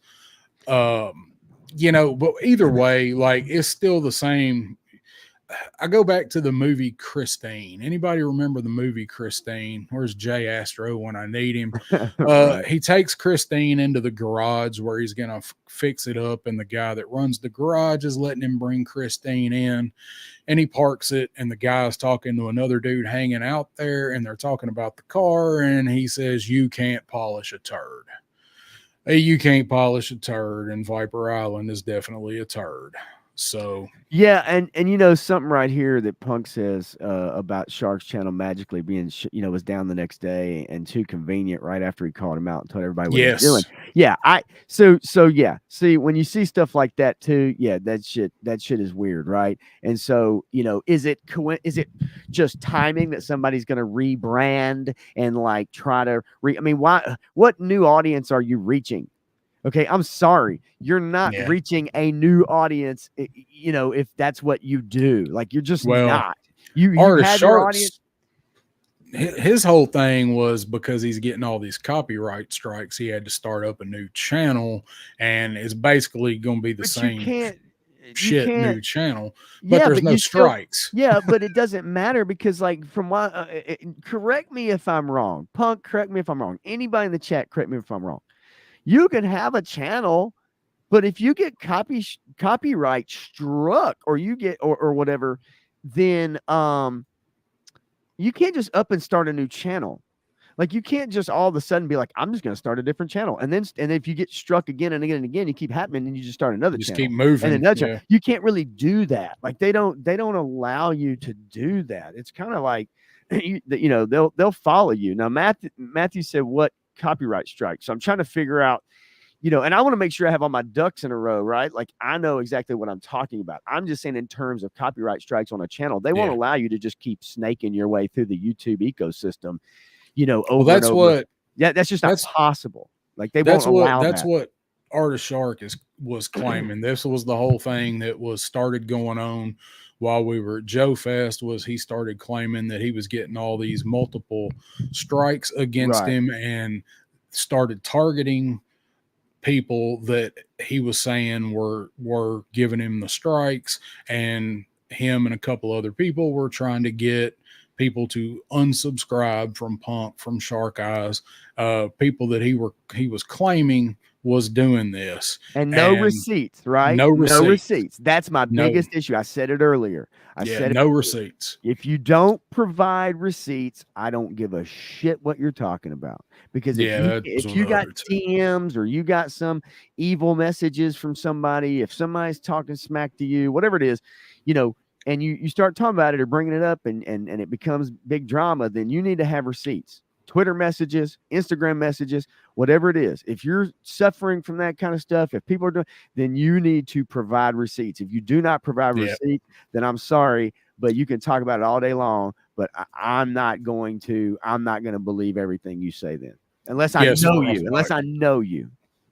That's what people are saying is your evidence, your proof of this is what happened to me. Show a screenshot, keep your receipts, kind of thing. That's where that is. So the whole thing with the drama, like, I don't have the sound bite, but we're talking about toys here. Yeah. But this stuff always seems to kind of work its way in, and like we're on the whole fringes of it. We're not embroiled in it, but we have friends that are, and we have channels that we like to watch that are, and some of the things that some of these people are doing affects the overall community, and it sure affects our little smaller fellowship because some of the said people are in our fellowship. So, I'm going to support my friends, and I'm not going to promote or support these lying trash channels. But as far as the Artist Shark and Shark Eye Toy View go, Shark Eyes is a great dude, very genuine, very honest, very friendly, very open. He's funny, and he don't go after anybody until you go after him, and that is how it really should be. But there's some people that do this that just want to make a whole they want to get all of their views and all of their subscribers and stuff off of shit like that. Maybe I could start some kind of conflict with somebody. I'm a little bit small channel. That stuff don't last though. Why? Like that doesn't last. You don't get viewers like that. You don't get viewers out of sympathy, and you don't get viewers out of like shit like that. You get views out of consistency and doing good stuff, but you don't get views off of drama. I mean, there are drama channels. Okay, let's not kid ourselves, right? Like I know aluminum can. Right. Okay. But and there What's are people up, Sea War Chest? Yeah, man. Talk to you soon, War Chest. So yeah, there's people that do it, and yes, people that hate watch, but there's only so many. Like there's only so many. There's a few of them, and depending on what niche you're in, or depending on what it is you're talking about, but there's not a ton of those to go around that would just sustain a channel. You're going to be a copycat if you start doing that, because there's other people who have already been doing it. Yeah. So I just wanted to went down the wrong way. I did want to bring that up. I don't want to harp on it too long. We talk about it, but we're going to support the people that support us and stand up with them. So and people that seem to get attacked for no reason or whatever, we're going to support those guys. I support, like, it's Chad and those guys too. Not as familiar with them, but I do watch them from time to time. I'll probably go back and watch their show that is going on right now. So support those guys as well. I like watching them. But that's enough of the drama for tonight. So we're going to move right along. There is no right along, and we're going to jump right into fault noise. Where's Woody at? So I want to go over. Let's talk about what might be the next vehicle release is, and this is something I thought of. We're not really ain't gonna dwell on it and a lot of speculation and stuff, but we've got the Stinger that's getting ready to come. Like, we just got the Ferret's a small, it's a pulse vehicle, but the Stinger is not. Stinger is going to be a mass market, fan channel, whatever vehicle. So that's coming. They're probably going to announce something at SDCC for a probably mid-size and a larger vehicle. If they don't do it at SDCC, they will definitely do it sometime between now and the Pulse Stream in October. I wanted to get opinions on what realistically, not snowballing what they could make, what do you guys actually think it will be?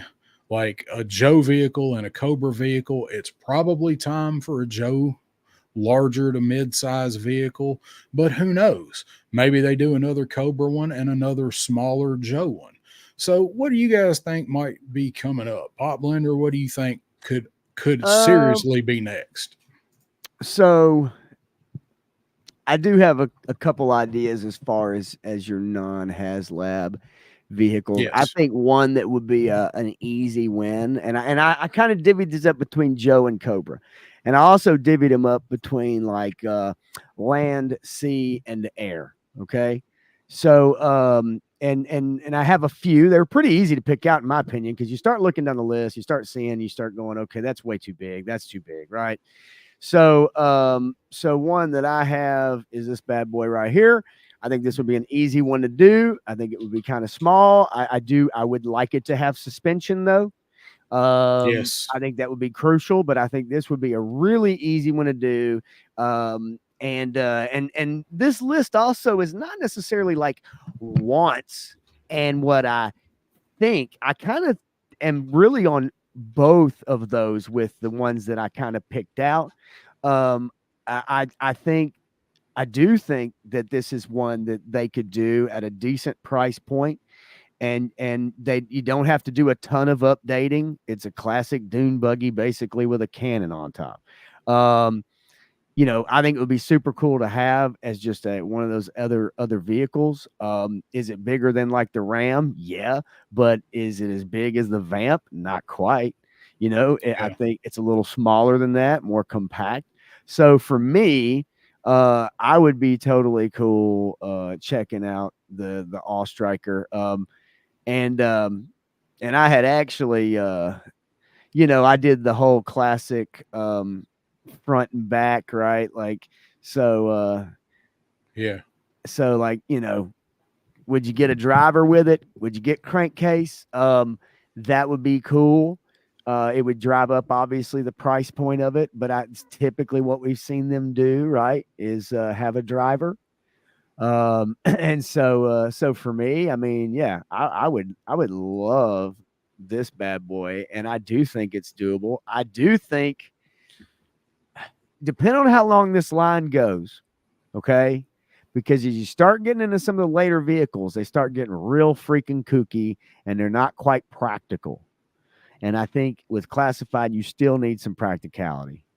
Yeah. Now the Triple T, I mean, yeah, I don't know. I'm not as crazy about the Triple T. I'd love the Warthog, but nonetheless, so that's my first one. Do you want to alternate and you throw one out here, or do you want me to throw another one out here? That is Either way, however you want to do it, I've got one. I have one ready. Yeah, go that ahead, man. Go ahead. I Throw one up.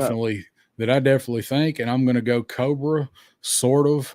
We got to get this. This has got to be coming soon. I would think. They've already said it's too small for Haslab. Yep. I think, honestly, I think the next mid-size, like $100 price point vehicle that they're going to announce that is Cobra themed is going to be the Thunder Machine, because they're giving us, we got all the dreadnoughts. The only one really that we're missing that has not been announced is Monkey Wrench out of the core dreadnoughts. I mean, we've even got somebody that's not a core dreadnought machine, or a dreadnought core dreadnought announced in Heart Wrencher. Right. I'm sorry, I like her okay, but she's not a core dreadnought. Nah. She's never gonna be. No. I will get her because she's cool. She's a dreadnought. She's a chick. She's a mechanic. I will get her.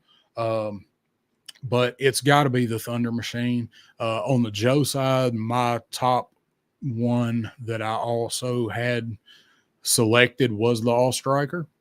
Okay. But so I agree with you on the All Striker. This has got to be coming soon. They've got to give us Thrasher. Everybody wants the Thunder Machine. We've already seen it with the Transformer crossover. Now we need some 6-inch figures to put in it. And I have seen just recently a 3D printed one that is absolutely amazing and looks just like it.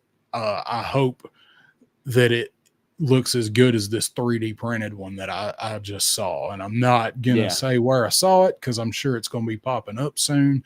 But I definitely think the Thunder Machine is on the horizon. Yeah, I do too. I mean, that's obvious. I really do. I don't know how you couldn't do it. Now, let me tell you this. What would I like to do? What would I guess like to see? And something I did pick. I did pick, and I thought it would be fun. I know it's not going to happen, but you talk about the Thunder Machine. I would actually love to have this bad boy right here, personally. Yeah, I wouldn't mind seeing that. I would absolutely think that would be fun to have the I mean, it's different, right? Everybody knows you're going to get the Thunder Machine. It's great, right? But I did pull this one out earlier, and I thought, man, that would actually be fun. It's goofy enough, but it actually would be a lot of fun to have this one.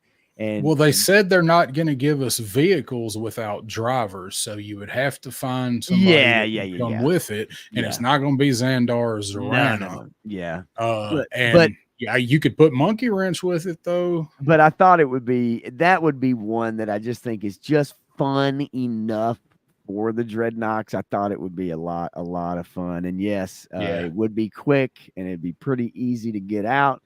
But that was my Cobra land vehicle, so to speak. So I've got, I'll move on here in a second. So, I do want to say what up to Ronnie Trickshot. Just popped up a second ago. What's going on with him? He is another one of the gang that is on Frostbite's show over there that I like to watch.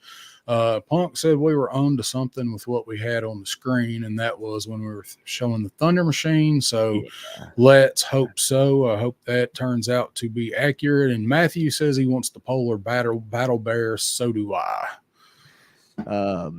Yeah, no, that would be cool too. I actually scrolled down that earlier today. Let's see. What about a smaller vehicle, like Ferret or Trouble Bubble size, Ram size? I have something along those lines too that I think would be cheap and easy. And I don't know why this one would not be an easy one for easy sales. Yeah, definitely. Super easy sales. Small, not much to it.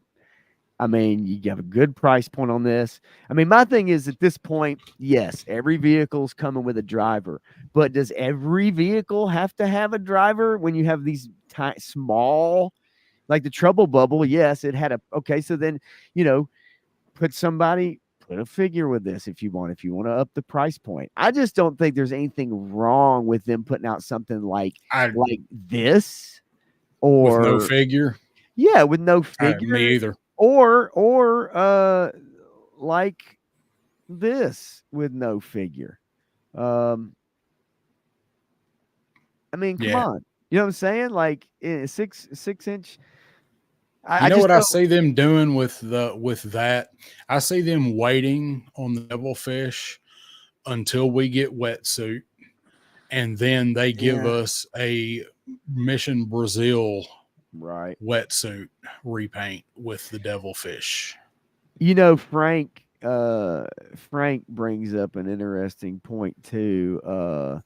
Is that I don't know what all that you had, you know, as far as what you wanted to show, but like as an air one, that's an easy one. Yeah. You know, I mean, that's an easy one to do. I just, you know, without a driver, the Skyhawk. Yeah, Frank, I agree. That would be cool too, as a miniature, as a smaller vehicle without a driver. The Fang was one that I did have pulled up. I figured you would, and I knew you'd have the Thunder Machine, so I did not pull it up either. The Fang would be easy to package with the figure. Pick a Cobra Trooper and slap something different on it for paint and release it in the same scheme. Hell, they could do a 788 theme with the Fang. It's already black and red and gray. Absolutely. And it wouldn't deviate much from what the actual Fang is. One other one that I had pulled up was this one right here. Give us a special missions, yet other repaint of Ill, or whenever we get Hydro Viper. Yeah, man. I thought about that too. I thought that would be super cool. I mean, you know, we're starting to get in, and that's where I was talking earlier before we got into this. You're talking about, you know, as you go through the list, if you go to 3D Joe's and you start pulling up 82, 80, or 80, you know, 83, 84, 85, 86, and you start running through, you've got all these big vehicles that you just are not going to do. And then you have like a few medium to small vehicles, and then you have these little small ones. And if they wanted to just expand and pull in some extra bucks, you know, sell some of these smaller little things, manufacturing cost is probably very low, you know. Yep. So let's welcome Shark Eyes Toy View to the channel. His ears must have been burning, or Frostbite sent him a message, one of the two. And Frostbite is correct. All of the premier Australian YouTubers are here. Yes, they are. Right. Got the whole gang here. Yeah. So glad to have you guys on board. Shark Eyes said he's just here for the arts and crafts. Y'all got any of them 3-minute clickbait news videos? Yeah, right. Yeah, no doubt. It's pretty good. So I got one more mid-size one that I'm gonna pull up. It's here. Probably the same one that I have. Go ahead. I don't know. This one's probably gonna make Frostbite happy though. Come on. If other than me just canceling it out. Well, that one right there. Yep. We'll buy that and get the Ice Viper Wolf with his size that he comes with for some reason. Because every Arctic trooper needs a pair of size to block swords with. But I digress. He is an awesome figure. I had this thing. I absolutely loved it. The Snowcat is another one that I definitely want to see. And they looked like they were going to go hard on the Arctic stuff for a minute, and then they kind of skipped over and went to aquatic and went to dreadnoughts. But I think the line keeps going. They'll get around to this, especially if we do get the Snowcat. What is the file? What does the file card say on that guy? Do you know what the actual file card, like? Does it explain? Did he have training, like martial arts training, maybe, or something like that? Do you know? Like, I do not. I bet Frostbite probably has it I'm memorized just though. wondering because if he has the size, I'm just curious. Ronnie's back, by the way, too. He said, I was just curious if he had any training in there that would explain his size, because they have to qualify as a Cobra eel first, which is Yep. extensive training. I mean, there's a rabbit hole when it comes to all the Techno different Vipers. vipers and all that stuff. Frostbite actually did a really good breakdown on like the Viper, I did see that.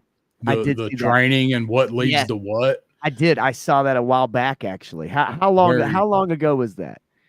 Oh, it Been a wasn't a minute? month. A month. It's Yeah, not. It yeah. wasn't that long of a Not video. not a super long time, but like, Or yeah. long ago. Yeah, it Yeah, hadn't been that long. I watched that. Yeah, I would love to have this. I mean, obviously, I'd love to have the driver too. I think it'd be an awesome figure to have. Yeah, this was Included, a but fun. This was a oh fun yes, vehicle. absolutely, yeah, definitely. Oh, high Let's see. fat. He did just read the file card too recently. And mechanized Yeah, training, yeah, high fat diets. okay. Oh, That's why I was just curious. Lenny's got a stiffy. Of course, the last one I have to bring up is one that I think people may have been already saying That's to what I their, thought. yeah, about a month ago. That's right. People may have been saying to their TV already. Maybe, maybe not. But obviously, this would be one, since you already have the driver. What are you gonna do for a driver? You've already got both versions of Well, as you can Copperhead. see, though, is he in there? Yeah, he's just really hidden well inside that Oh package. yeah, I'm about to say there is no driver. yeah. Yeah, no, I'm with you. I mean, what would you do? I say you already have the driver and you just put the damn boat out. That's what I say. Yeah, I mean, I agree, but they're not. Matthew had stated up above somewhere they're not going to do it. They've already said for vehicles they want because they want the playability of they want to Oh, somebody to sure. open a box and And have a have, figure yeah, with it. So I get it. I get it, but if that was your plan, you shouldn't have released Copperhead yet. Well, Though I'm yes, glad they did. because actually, when I'm going to tell you something, when they did release Copperhead, I thought, why are they just releasing him alone? Because he was the Like, first pilot / driver that we got, right? I didn't, yeah. And I love the figure. Like, I love him. He's great. He looks great. I mean, it's a great recreation of the original figure, period. But, yes, I did think that at the time, because I was like, okay, yeah, I know they want to get the figures out and they want to put out these, but it doesn't really make any sense. Like, Copperhead's a No. figure a lot of people like, but as far as him without a boat, it doesn't make Yeah. any sense at all. So Yeah. yeah, I thought about that when it happened. I was just kind of like, okay, cool. I love him. He's a cool figure. But yeah, I don't know. Give him a different look. I would not want them to paint this boat. I would not want a redeco No. of another, some line or something, other things. It wasn't Tiger Force, you know. I know, but I don't want that. I want that green Me either. boat. I want the green I need boat. it. So I need it to go with my boy Copperhead right. here. So I don't know. I look at it as one of those things. Again, this is it's a small boat, even in a for the 112. I just think it would work. And you don't need to sell it with a driver, but if they did, then maybe they could do a I don't know what you do with it. You can't do a retro Copperhead. It's like, what the hell? Yeah. Frostbite brings up a good point. If we get Copperhead as a single with no vehicle, is it possible we're getting pilots without their aircraft? He says from the latest teaser with the Cobra Air Force logo on it. That's a good point. I don't think so, but because they specifically did that in the tease for the Hasab. Yeah. So I think as much as people would want Wild Weasel because I do. I think people would rage if you got Wild Weasel and no Rattler. I think there'd be an even bigger outcry than Copperhead with no water moccasin. Yeah, that's what I mean. Like that, none of that really, but especially with something like that, right? Like they get, at that time when Copperhead came out, it's kind of like, well, what vehicles are they making? We had the Ram, initially, and then I think the Trouble Bubble, maybe, or maybe it was on the way, or it was around that time. But overall, yeah, I don't know. I don't know why. I mean, you could release this boat and then say, "Hey, go out there and get you a copperhead, fools!" Like that's Yeah, yeah, go yeah. get him. So that's just some thoughts, like stuff we realistically think could definitely be coming next, because we have our vehicles, like everything that's been announced. We're waiting on the Stinger, but by this time next weekend, people will have Night Force Shockwave and the Ram in hand, whether you got it for $38 or $55. Right. Either way, people are going to have it. So there's nothing left other than the Tiger Paw, which I think is next week or the week after.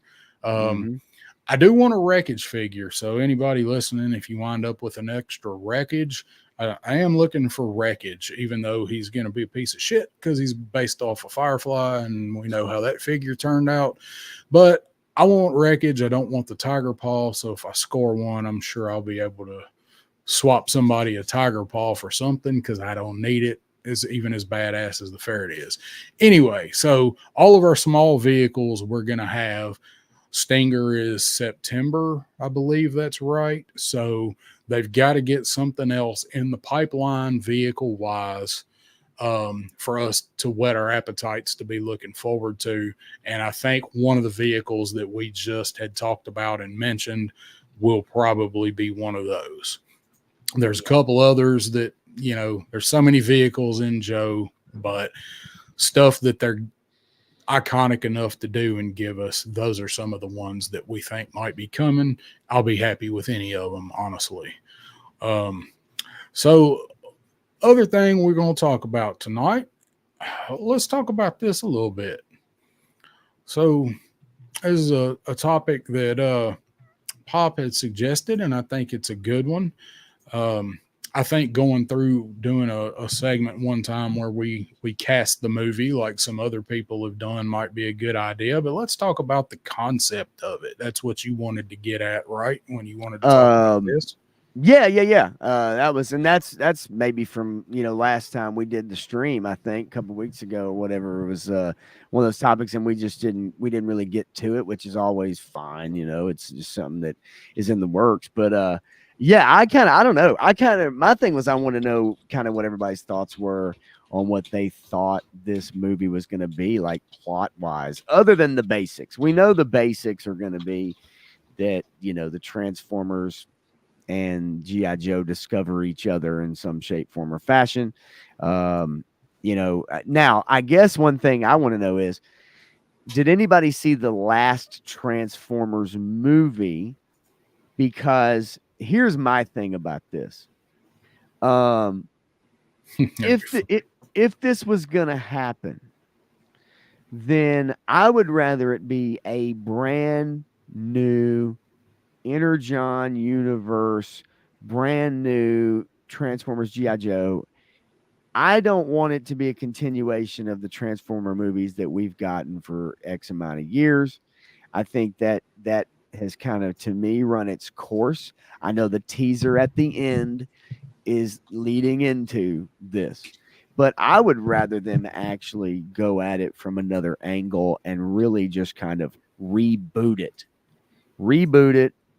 and do it that way, rather than all of a sudden now you've had these Transformer movies for a while and you're just throwing in G.I. Joe for the hell of it, because then that makes it seem like G.I. Joe is an afterthought.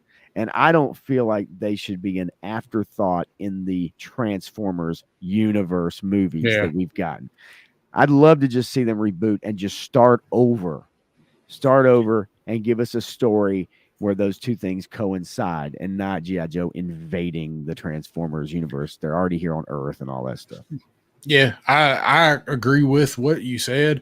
They have already said that it is going to be a Transformers movie, and Joes are going to be sprinkled in, and it's not going to be a major introduction of the team or the characters. You're going to have a few sprinkled in, but they're going to be like not background characters, but they're going to kind of be side characters, supporting characters to a Transformers movie.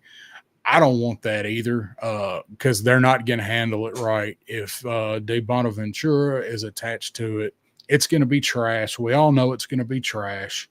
Uh, the Transformers movies, to me, I actually like the first couple of them. Yeah, yeah, I agree. And there's good parts to all of them. My problem with them is like they're all of the CGI, they're just a CGI mishmash of a bunch of robots I don't recognize because they And all they've fucking gotten look alike. and they've gotten lazy with the transformations now. If you go back and watch Yes. the first movie or two, they really showed like them transforming and the sounds, Yeah. and they really took their time to do it.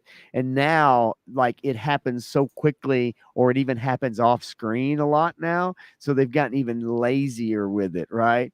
And it's not even as interesting anymore because visually it's not as appealing as it was when the first movie or two came out. Yep. What's up, Eric Thurman? I see you Hey, snuck hey. in here on us. Ronnie Trickshot Hello. movie'd be great if Megan Fox makes a comeback. Then I would have a stiffy. uh, I, I, She's pro- interesting. I probably would. I haven't seen her recently, but I would imagine she's probably got at the rate she's going. She's probably got about 4-5 years tops left of bankability and not looking like that last chick at the end of the bar when the lights come on and her makeup's all run Yeah, down and she looks sad. she wears a lot, and she has three sons that she dresses as girls. So, but and that's Fantastic. and not by their choice either, from what I understand. Well, going back to the chick at the end of the bar scenario, I ain't going home to meet your kids. So, Right? Yeah, I heard that. No, but yeah. the transformation, the CGIs, it got progressively worse. I don't want to say I enjoyed the last Transformers movie. I could not specifically tell you plot points or things that happened in it. I watched it once, mostly because I knew about the teaser at the end and I wanted to see how it got there. I didn't hate it, but it wasn't good. It doesn't. Yeah, no, look, it's not even anything to hate. It's not anything. I mean, it's just not. It's not even really anything at all, right? It's It's just just kind of there. it's there, and Yeah. actually, I can tell you right now by looking at this article and reading what the famed producer told Variety at the premiere of the last Transformers movie. Yeah, obviously at the end, he's a shady government operative named Agent Burke hands a card to Noah, who is what? Isn't that is it Yes. Anthony Hopkins maybe, or whoever the hell, whoever, it doesn't matter. Bottom line is, in this interview he says that uh it felt really organic to put that scene in there because you could relate it to the story, as in the guy hands in the GI Joe card because this guy couldn't get a job, and now he's Yeah. going to get the greatest job ever of being a GI Joe. But it says he says it didn't feel like we were being cynical and like, good news, we could just jam GI Joe in there. But at the same time, it's kind of what they're doing. I mean, Yeah. so I don't know. Obviously, it's going to have Chris Hemsworth in it. Yeah. Whom I He, like. he's in the animated one that's coming out that's really made for kids. This new one that's coming out in September Yeah. is made for We saw children. the ad for that one. Yeah. Yeah, It doesn't look bad, but it is definitely geared toward kids. yeah, but really overall, I would love. I mean, I would love for this movie to be fantastic. absolutely for it to be fantastic.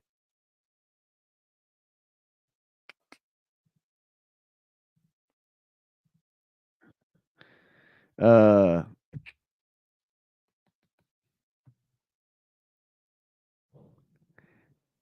guys let me know if you can hear him or not hear me.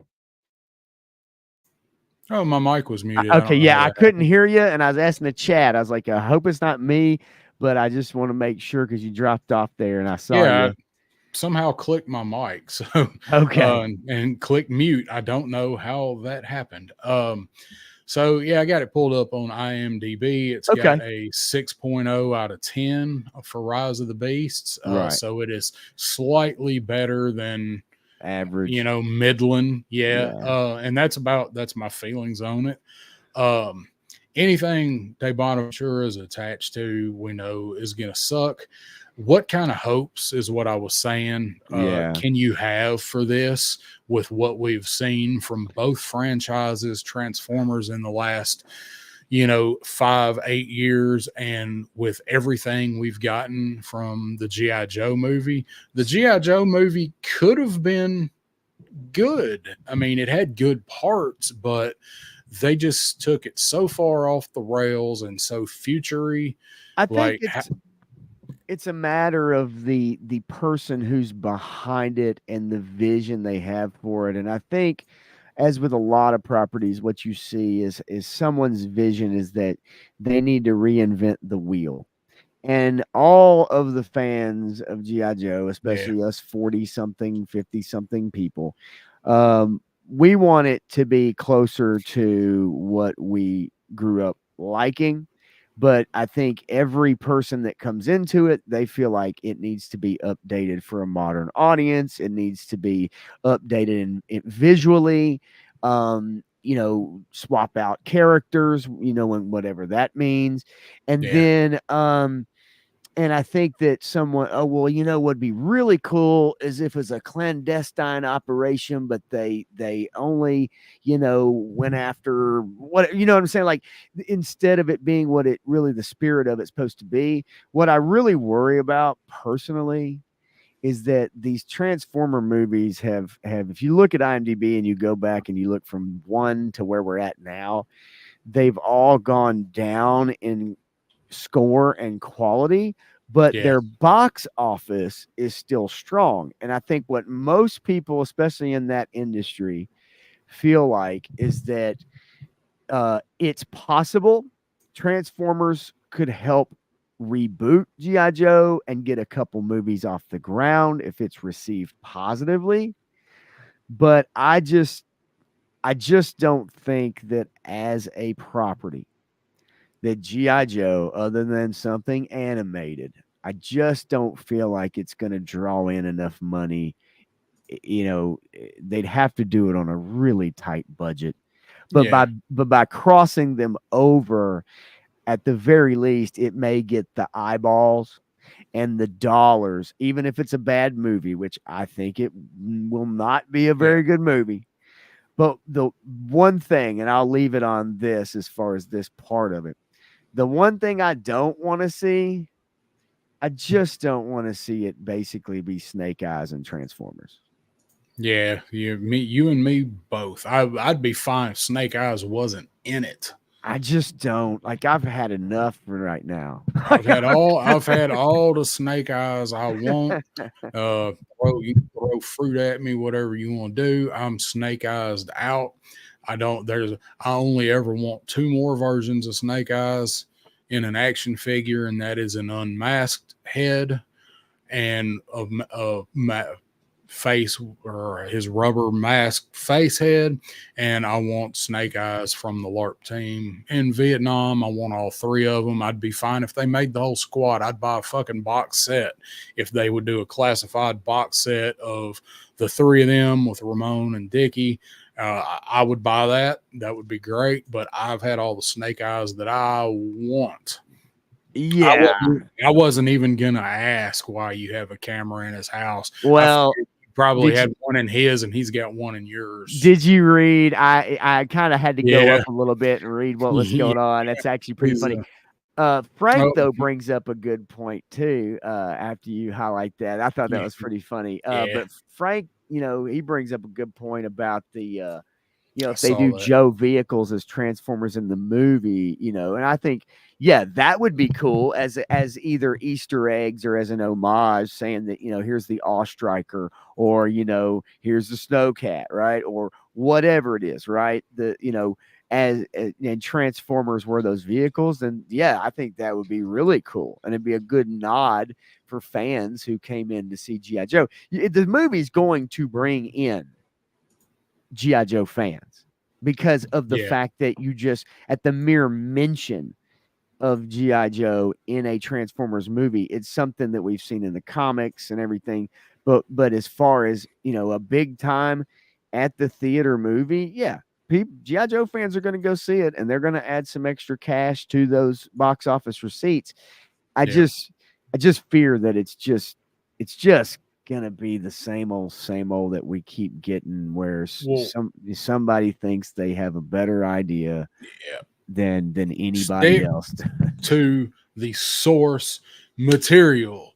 That's all you Update got to it do. slightly, or hell, make it set back Make it a then, like period you piece. have said. Yeah, make it a period piece in the Make 80s. it a late 70s, moving into the early mid 80s. Yeah, Make it yeah. period. No reason they can't do it perfectly, just like the stories that we've got. Think about it too, like the tone of it. If you did it Yeah, as a Cold War. period piece, but also the tone of it, as far as, like, yes, you could have a bit of the silliness that the cartoons also carried with them. Like a little bit here and there as a nod. I'm not talking about just being jokey the whole way through, but I mean, like, yeah, it doesn't necessarily just have to be the most serious movie of all time, right? Yeah. You could have some of that goofiness in there. But I agree with you. I think the source material is what anyone who really wants to pay money to go see that's what they want to see. They want to see it closely resemble visually what they've known for 40 years. Yeah, and that brings me to what I was going to say next. So you got Transformers, all 50 different consecutive lines that they've got going for Transformers, plus you've got all the third-party Transformers that are damn near as popular as the Hasbro Transformers. They've got Transformers geared for every age range that there is, from little kids that are just getting their first toys all the way up to people our age for Transformers. Then I'm talking currently right now. Joe's, you've got Classified, you've got some of the other higher end companies, you got your Mezco, that you've got the Hayas that are coming out, but those are specialty, those are hobby shops, those are imports. Mezcos are not made for kids, things like that for GI Joe. So you got Classified, and we all know they ain't making Classified for kids, they're making them for us. So Yeah. you've got Transformers, who appeals to kids, and then you've got GI Joe, who is mostly geared for adults, for people our age. So they're just trying to use what has the broad appeal of Transformers and pull in GI Joe, hoping we'll go see it. And those of us that have kids have tried to get our kids into GI Joe and tried to get the line to continue, but robots are always going to be cool. You have to figure out a way to keep army, military guys. You got to find a way to make them relevant, make them a little modern and a little current and a little futury, which they've always done with Joe's, or at least since 85, 86, they've done with Joe's. But there are no kids GI Joes, not really. So you're using the popularity ongoing of Transformers on the screen, trying to pull in our age too, and you're trying to basically put GI Joe on the coattails of Transformers.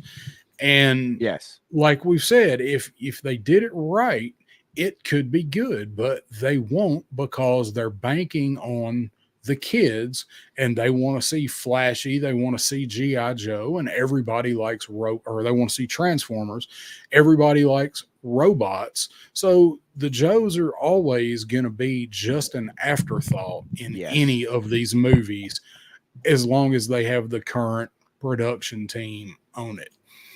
Your idea that you had when we started talking about this, I don't think they'd ever do it, but I think they would make everyone happy. The only problem is some of that shit would have to almost be R if they based it on the Energon universe. I agree, and almost, but I think there's a way to do it, and you know, like where was it at right here? Well, it kind of disappeared on me.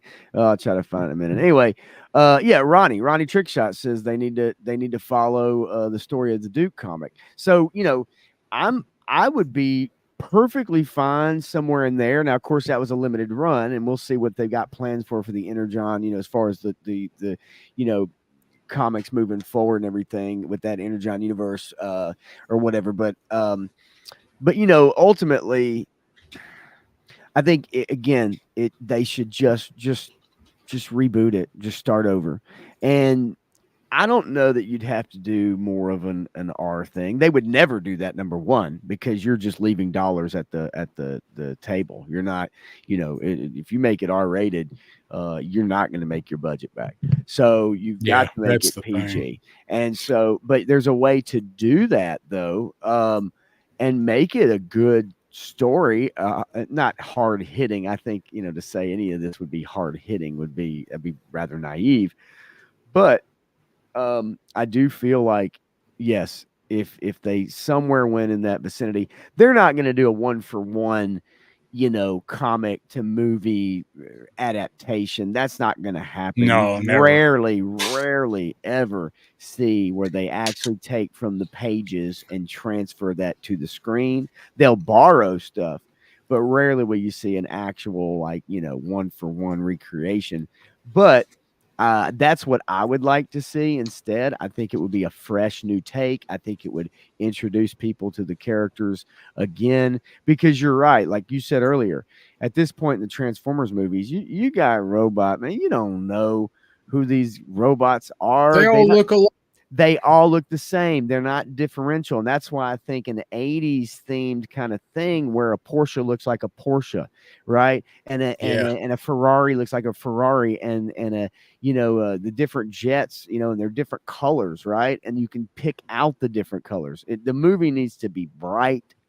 It needs to be distinctive in that way. We don't need ultra realistic and all that crap. We don't need a Optimus Prime who is transformed from the kind of truck that he was into something completely different with an all new paint scheme and all this. No, we need the classic red and the blue and the silver. It all needs to be identifiable. And I think that's the problem a lot of times they run into, is they think they're being so slick, and the writers in the writers' room are thinking they're being so cool, and the production people who are designing everything think they're smarter than the rest of the class, and they come up with this stuff, and it just goes over people's heads. Because what Transformers toys probably sell the best, do you think? I would probably imagine the classic ones would be my guess. The classic based ones, because we're buying them and the kids are buying them. And the new stuff that even is somewhat based off of the classic stuff. It might be updated. That's what I mean. Right. But and I don't mean like a new version of the same old toy. I mean, even one that's a slightly different or a little bit different design, but the colors are there, right? Like it's identifiable. And so it's like the Constructicons. Do the Constructicons need to be any other color than that damn green? Nope. No. And purple? No. That's what they are. So that's what you keep. You make it identifiable. And G.I. Joe's the same way. Duke needs to look like Duke. Tomax and Zaymot the Baroness needs to look like the Baroness. Scarlet needs to look like Scarlet. It's like you make it to where people know what they're watching and they understand it and they can pick these characters apart. There's nothing worse than going to watch a movie or a type of movie like that, and they have like 8 or 9 characters and nobody stands out or is distinguished. Nobody distinguishes themselves. They're and all, so you don't know who's who. And they mention a character's name and it's like, well, fuck, was that Daltone? He don't look like Daltone. He looks like any other soldier. You know what I'm saying? Yeah, why isn't he wearing a beret? I don't know. Yeah. It's like I don't know which one was that. I like Matthew's comment here. Low budget, rated R, chuckle story would work really well. Man, if they made a story out of we're getting into fanfic territory, right? Like, well, no, I know where he's going. He's going with the last laugh. And that would make such a good movie. While we're talking about Energon, I pulled this up because I wanted to. If anybody's not aware of this campaign that's going on, so Skybound is doing the Energon universe. We know the fan initiative for Energon or for G.I. Joe #1 set in the Energon universe is going to be kind of the culmination of some of these books that we've been reading that we're talking about here. You can go to GIJoeChooseYourSide.com and it will close on September 8th. So we got a while to do this, but basically what Skybound is doing is you publicly declare your side for G.I. Joe or Cobra. And I think you got to submit a photo, and I haven't read all the requirements yet. I'm going to do this. I just hadn't sat down and read through it. But basically every single person that does a submission for this, you're going to get in the comic. There's going to be an ad page in the comic that is going to showcase everybody, and I'm sure it's going to be spread throughout the series. I don't think they're going to do it in one issue for sure. It'd be nothing but pictures of people holding up toys. But everybody that submits to this by the time it closes, submit their photo and choose a side, will be featured on a special ad in an upcoming issue of the new Energon Universe series, G.I. Joe, launching in November. That's right. You can be in the comic book. Not an insider, no worries. It's free to join. Basically, you just go make a Skybound account, which I've already done, and you get to submit a picture, and you're going to be on a page in the comic. Matthew, have you already done this? No, he says, damn, I got to go do that. Yeah. Matthew's got his story and his picture in just about every form of Joe media that's come out here lately. So the one thing I don't like about the picture though is I see the bats flying with little purple feet. If you scroll up a little bit. I'm up. Keep Maybe going. I need to go back down. No. Go up. That's as far up. Oh, okay. Yeah, go down to the bottom then, because they do the same picture at the very bottom. So go all the way to the bottom and look at there it is. And I'm not a fan of the purple feet flying thing. I'll tell you that. Yeah. I don't know. Well, I mean, obviously they're powered by Dark Energon, and that is consistent with what we're seeing. So, who is this? Goofy man. Who's the in the blonde? middle? In the middle? Come on, man. You know who that is. That's Major Cheeks, dude. Yeah, she got some major cheeks. Let's see if we can zoom in on that. Look. Don't get me wrong. I'm glad they have her front and center though, and in that pose, because at least I hope, and I mean I hope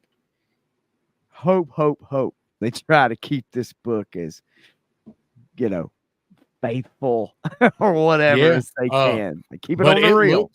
I mean, just from the look of this art that we got right here, these are classic characters. That are slightly modernized. Yep. You got Stalker still wearing the camo. You got Baroness wearing the G.I. Joe symbol, which we're going to get to see more of. You got Duke up here looking like Duke. Who is that dude? Don't know who that dude is. You got Destro, twins or one of the obviously. twins, Mercer. Yeah, there's Yep. my boy over there on the left. They got that scrap iron in here. Yeah. Cobra Commander looking like Cobra Commander. Don't know if I'm crazy about the red trim, but it does set it off. So this is the kind of preview art. You got Cover Girl, got Clutch. Are they standing on Starscream? Who are they standing They on? are standing on. There's an Autobot symbol, and this There it looks is. like Okay, yeah, I see it. Soundwave. So this looks like Optimus I Prime's think it's shoulder, It looks like Optimus. I and think. this is And then definitely Soundwave. Soundwave over here. Yeah. I want to know who the blonde. I want to know who Major Cheeks is. Who could Yeah. that be, Chad? If there's anybody that was watching that might know Major Cheeks. who that may be. Trying to think, because Cobra had a sniper. They had, was that Blackout, but Blackout wasn't a chick. I don't know. I'm wondering who that could be, but I'm interested if Baroness is going to go Joe. Maybe that is the new Cobra foil. Destro's looking at her awful lovingly over there. So I don't know, but I wanted to bring it up because this is I guess going to be the cover. You got Rock and Roll up here looking suspiciously like Leonidas. Oh, if only he has some shorts on. Yeah. But so you got the twins over there. So I want to see this Mercer in Classified. And I think we talked about that. I think he may be coming. But, well, he's in the new. Oh yeah, G.I. Joe, A Real American Hero. In those books, I mean, yeah. But this is not that book. No, this is the whole thing put together, merging it all together. Which I like what like Joshua Williamson and Tom Riley have done with the new stuff. Like I do. I enjoy them. I think it's good. Artwork. There's some in a couple things I've seen, couple pages and that I've not been crazy about. But then most of it I've been okay with. I don't know. Vipra, Munitia. I don't know. I don't even know who Munitia is. Never heard of that chick. We were talking about this earlier, Matthew. We wasn't even sure if it was out yet, and it apparently come out last Wednesday. So I don't have it. I got to go get it this weekend. I'm sure it's in my pull box. I'll have to drive up there and pick it up Saturday so I can read it, and probably be the most disappointing of these new books it is so far. It's not bad. I just don't care for some of what they're setting up in it. I'll leave it at that. Oh, me and Matthew kind of talked about some of that. I don't know. We'll see. I told you there'd be one theme in it. You probably wouldn't. Yeah. No, I figured it's knowing who's writing it. I can't tell. I just looked up, obviously I don't think that's Vipra, and Munitia is a character. It doesn't really look like her per se, but that's what I meant, Matthew, was Scarlet too. Last Wednesday. Maybe a new character, that they introduce, or no, they couldn't have done that. They wouldn't have swapped Scarlet and Baroness. Nah, she's blonde, not redhead anyway. Yeah, she's blonde. So I don't know. Maybe it's a whole new character. It doesn't look like they're going with any race or gender swaps on the characters that we know. So maybe it's an entirely new character or somebody that they're pulling out of the deep cuts. But yeah, I meant Scarlet 2 come out. Somebody earlier said it come out a week ago. So this Energon comes out. It comes out November. So that's our topics tonight. So we're gonna get ready and wrap it up here. So we got to do one thing. Yeah, I was trying to look up real quick and just see who that might be, if they mention it at all, but I cannot she looks cool. Find anything at all. Nothing. Yeah. So I don't know. She looks cool. So I'm Yes, she does. I'm interested in seeing what they do with that one. Yeah. So Yeah. let's do. It is time. So, do you have something you are particularly pissed off about this week? Man, this week, so I guess, see, actually, I don't know that I'm actually pissed about, because it actually turned out in my favor. It carries over from last week, but and I talked to you about it a little bit at the day that it happened. I think I did when I came home. But it's a situation that actually got solved. So I can kind of allude to it at the time, because it actually did a couple weeks ago. When it happened on the day before our last stream, it did ramp my vamp, actually, because have all of y'all ever had somebody you've worked with for a long time, for years? I never heard the final conclusion of this. So, All right, well, I'll tell it. So, the day before our last stream 2 weeks ago, the reason I didn't get into it then is because I didn't want to say anything that could maybe jeopardize the result of the whatever. So, 2 weeks ago on Tuesday, I had a person that I've worked with for about 3.5 years or so. And I have endured some of the most ridiculous verbal insults, encounters with this person in front of my guests while I'm talking to my guests. This person would come into work routinely drunk, and make statements and try to embarrass me in front of my guests that I know very well.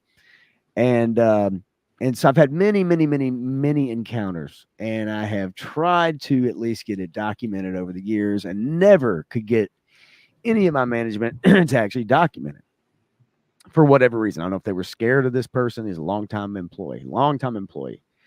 And also, I don't know if they were scared, or they just thought, well, somebody's been around for a long time. And I think we've all known people like that we've worked with. They've been around a long time. They get a very long leash, and they're allowed to kind of just continue to do things that they probably shouldn't do. But people just go, okay, well, that's so-and-so, oh, that's just how he is, or that's how she is. Just how they are. Right.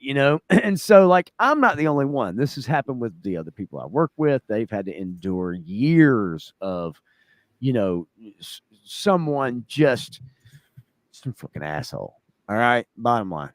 And even to guests, even to the people who come in, even to guests, rude, whatever. And so, like, I've endured this for years. And 2 weeks ago, the day before our stream, said person came in and basically just made an absolute ass out of themselves. And but it was directed at me, and it was in front of everybody. And this time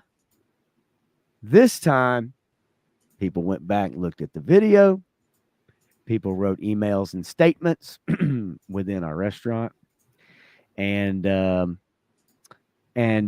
people actually had to say what happened from their perspective. And so I had to wait about a week or so to find out what the result of that would be. Now, again, like I said, people had to write emails. This happened in front of my son at work. So it was leaving together. Yeah, we were getting ready to leave. Somebody comes in 45 minutes late. This is somebody who every week is late by 5, 10, 15, 20 minutes. I can't even begin to tell you how long this has been going on, for years. And again, I've endured like just some, and look, I can put up with it. I can also dish it back. But this time, finally, something happened.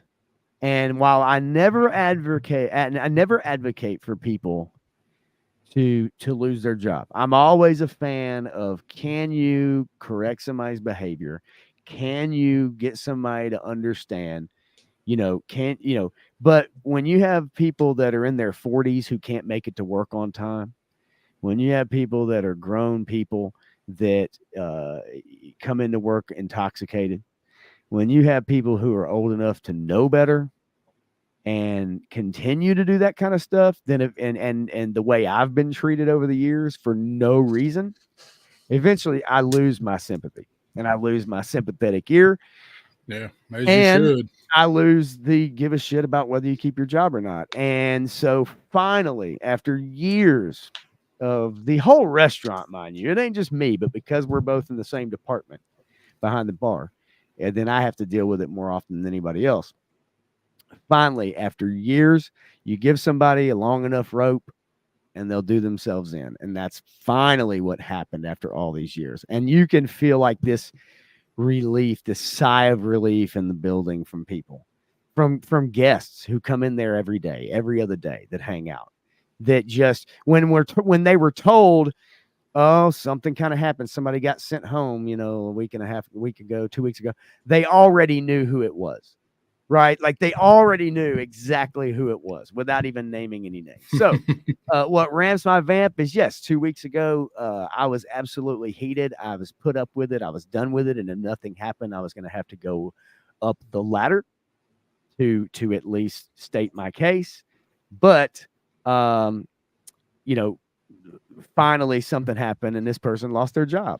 And when the conversation was had that to be able to apologize or take responsibility, none of that happened. None of that happened. It was all nothing but excuses while meeting with my management staff. I was not involved in that meeting, and I didn't find out every little detail, nor do I need to know every little detail. But the details I do know is that there was no personal responsibility, there was no apologizing, and there was nothing in the way of any contrition. It was literally just making excuses. And when you're in your mid to late 40s and you're going out of your way to make excuses like that, you got to go. And thank God I have somebody in that restaurant that understands the value of their employees and the ones that don't value them.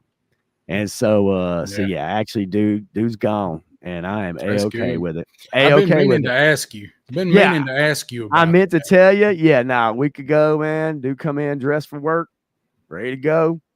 And everybody was on. Oh no, he came there 40 minutes early this time because he was told to show up because they needed to sit down and talk. And I think he thought once again, after being around for 10 plus years, he was going to be able to just breeze through it and just go on with everything like nothing happened. Yeah. And finally, this time, somebody who has watched this shit go down was able to actually do something about it. And so, so it actually it turned out to be a good thing. Hey, I hate it. I hate it for watching people do that. But again, this is not a case of wrong, something wrong going down, or nothing. This is you did yourself in. Yeah. And he's been doing it for years. And so that's bottom line. So yeah. So no, actually it turned out to be a good thing. So that's for me. I will let you go ahead and give me one if you have one. Oh, I have one. I could fill a show with these. Actually, the one I've got this week is actually not too serious. I'm not going to get too bent out of shape about it, but it is something that pisses me off. And it's something I was dealing with this past weekend. You know something that ramps my vamp? Varmints. Critters. Critters ramp my vamp. Now, I don't mean dogs. I don't mean cats. I don't even mean ferrets or otter beavers. No, I'm talking about mice. Mice piss me off. I got to deal with mice at work. And I went down to my camper this past weekend, 4th of July, and mice have gotten into my damn camper. They've never gotten into it before. I know when you have campers, you have travel trailers, that's a risk you run. And if you saw where mine is in my videos that I did, it shouldn't be any surprise. The problem is I've never had an issue with them there before. I have bait stations with poison around my camper to kill the little bastards before they can get in it, which generally works, except they're working together like Cobra and the Dreadnoks with raccoons. And the raccoons steal the bait out of my camper, out of my bait stations around my camper. And the mice have no bait to eat. So they just make their way on in there and set up shop like a drug dealer taking over a corner somewhere. That's my corner, you little fuzzy bastard. You ain't taking over my damn corner. No, we going to war. So I spent some of this trip trying to mouse proof my damn camper and refilling my bait and putting extra poison in my bait or in my bait stations. Spent a long time and like 4 cans of spray foam and steel wool and all that shit, trying to keep mice out of my camper because I've never had them in it before. So we're going to see when I go back in a couple weeks if I have successfully destroyed them. And if not, I will regroup and do something else. As far as I can tell, they've done no damage, but I had to pull, when I went down there the last time to check on it, I had to pull all of my sheets. I had to take all of my pots, my pans, my dishes. They chewed up my paper towels. Yeah, that's all this shit. Oh my God. I had to take all of it home and wash it because at that time my well was also not working, so I couldn't wash it there. So I had to bring all that shit home that I bought a camper so I didn't have to take it all back and forth home and wash it. So this time, yes, they have absolutely teamed up, and let's not talk about the fucking squirrels. I have video and I have pictures of the raccoons and the squirrels working together to sabotage my peace and quiet and tranquility. I have photographic proof of it. I don't have it here, but I have the receipts of the squirrels and the raccoons teaming up against me. But I will win. I will employ all of the methods at my disposal, and I will destroy those little bastards. I don't like having to do that, but, you know, when it comes to you or me, it's going to be me, Mickey. That's all I got to say about that. So I'll keep you guys updated. And if you have not watched the videos that I did from this weekend at my camper, it's a little bit different content from me. Yeah, it's cool. Out in nature, having a good time and doing what you and I used to do, walking in the creek. And yeah, it was good stuff, actually, man. Yeah, that was very good. And then actually, as I said in the second video I did with Floaty Boat, I got that idea that morning from Chad was talking about that custom boat that he made. And I happened to have to go to Walmart to buy more stuff for mice. And I walked by and I thought, I'm going to look for them boats Chad was talking about. And I found that one and I'm like, oh, hell yeah, back to the creek. I just wish I had a 3 3/4 figure to stick in there. I actually tried. I tried to put the GoPro on the boat, but it was too heavy. Yeah. I took zip ties down there, so but it sunk the boat. It was too heavy.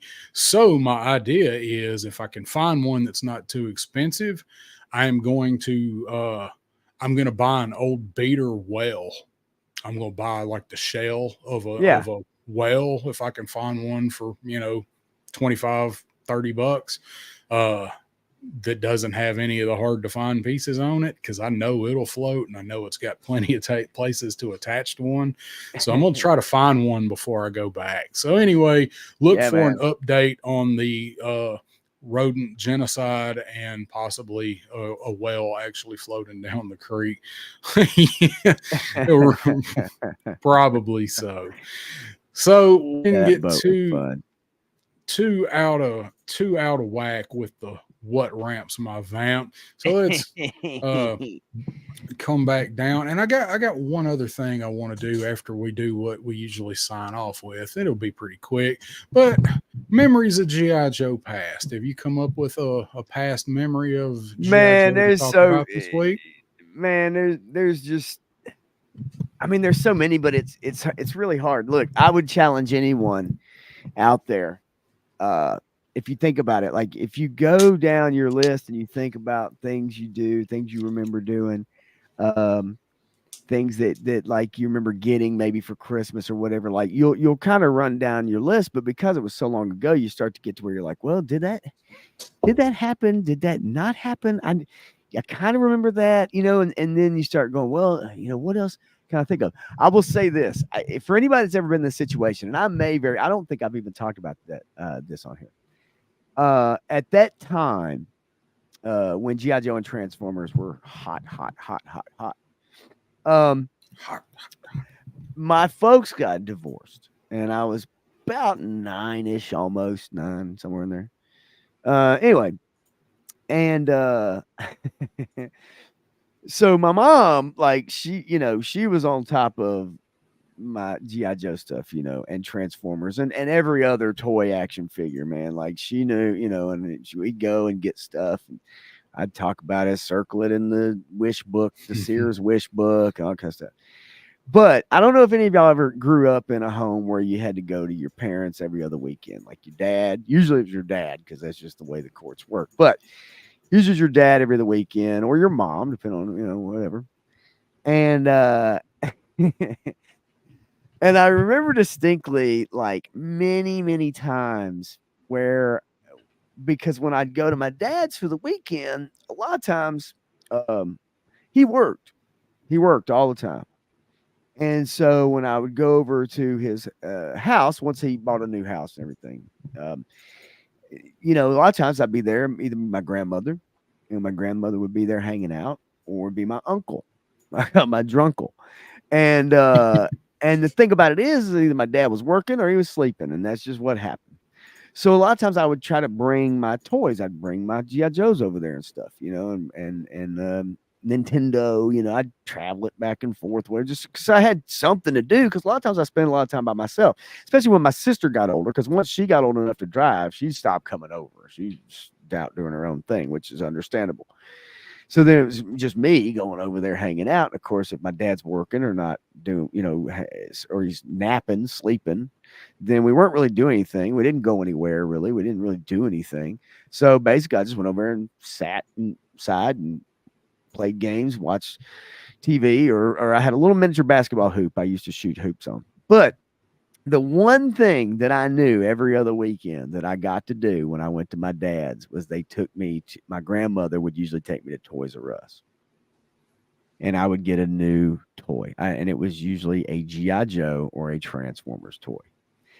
And so I don't know if any of y'all grew up in that situation. But for me, I knew that every other weekend, chances are, I was going to Toys R Us. I can hear my dad saying it now, Toys R Us. And I would get to go up there and I'd get to pick out my new G.I. Joe or my new Transformers or whatever.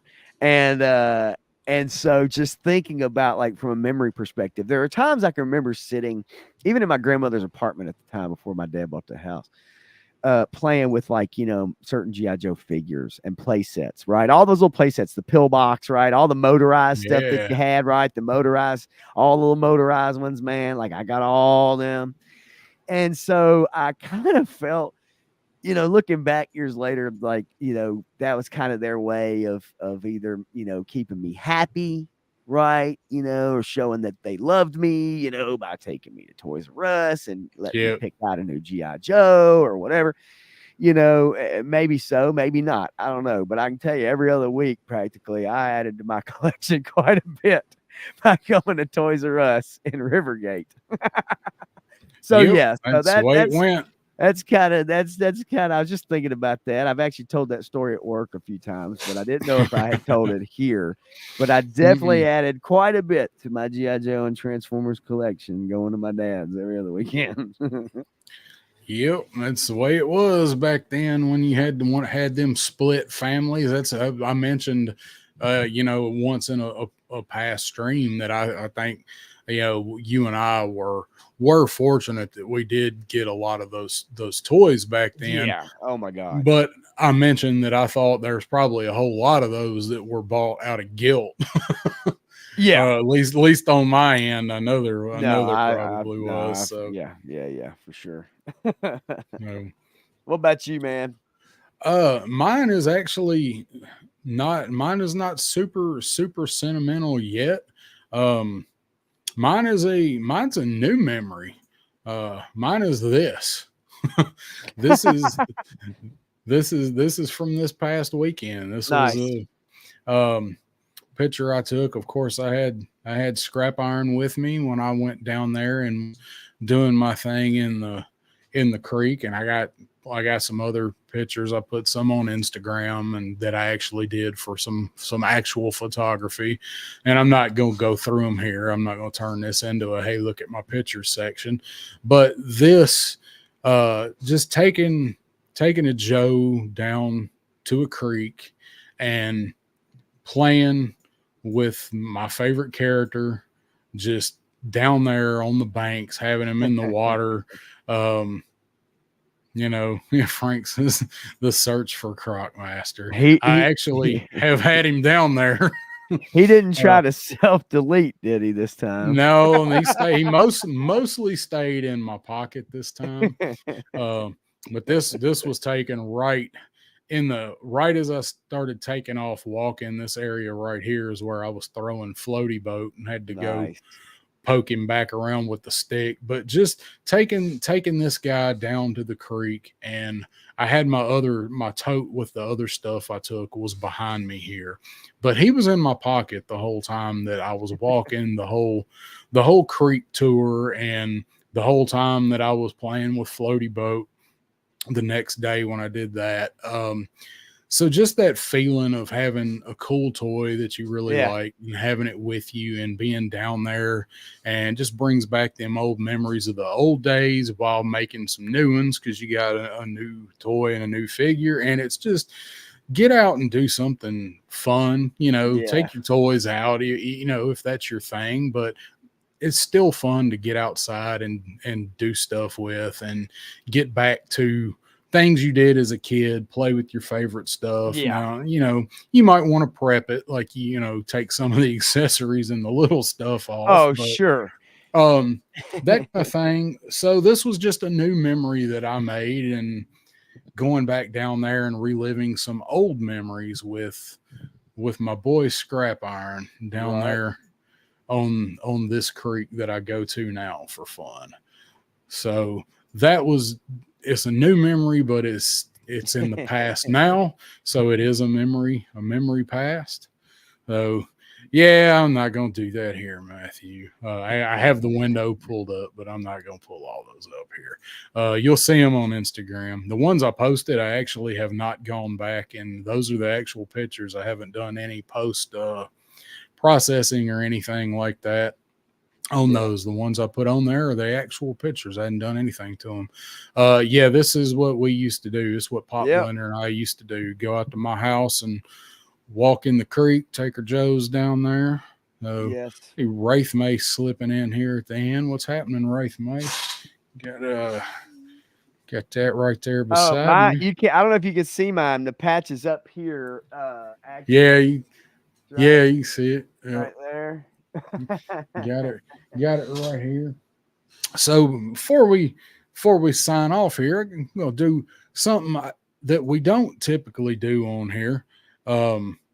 Is I'm gonna open a toy real quick, but this is a special occasion, and I thought I was gonna make a video out of it, but I thought I would do it here on the stream here at the end. But it's not just any toy. I bought another mole rat. Oh yeah, let's see. Because I'm a glutton for punishment, and this is a sealed box. Now I did buy this one from a member in the classified community group. He was doing a really good sale on some figures he was getting rid of, some extras. I couldn't pass it up because I've been looking for one, and it was actually cheaper than what I was willing to pay to get another one. So I bought it to see if this mole rat bought from another person from another part of the country at an entirely different time has the janky arms that fall off. Right. So I thought I would do it here on the stream. Now I'm going to move cut my camera off real quick and move it, because I'm going to put it down on the desk so we can get close with it. So just let me swap the camera, and I shall be I'll still be here. I'm just moving the camera because I don't want it all looking at everything else. See if I can get my cord and stuff here. Let's see what.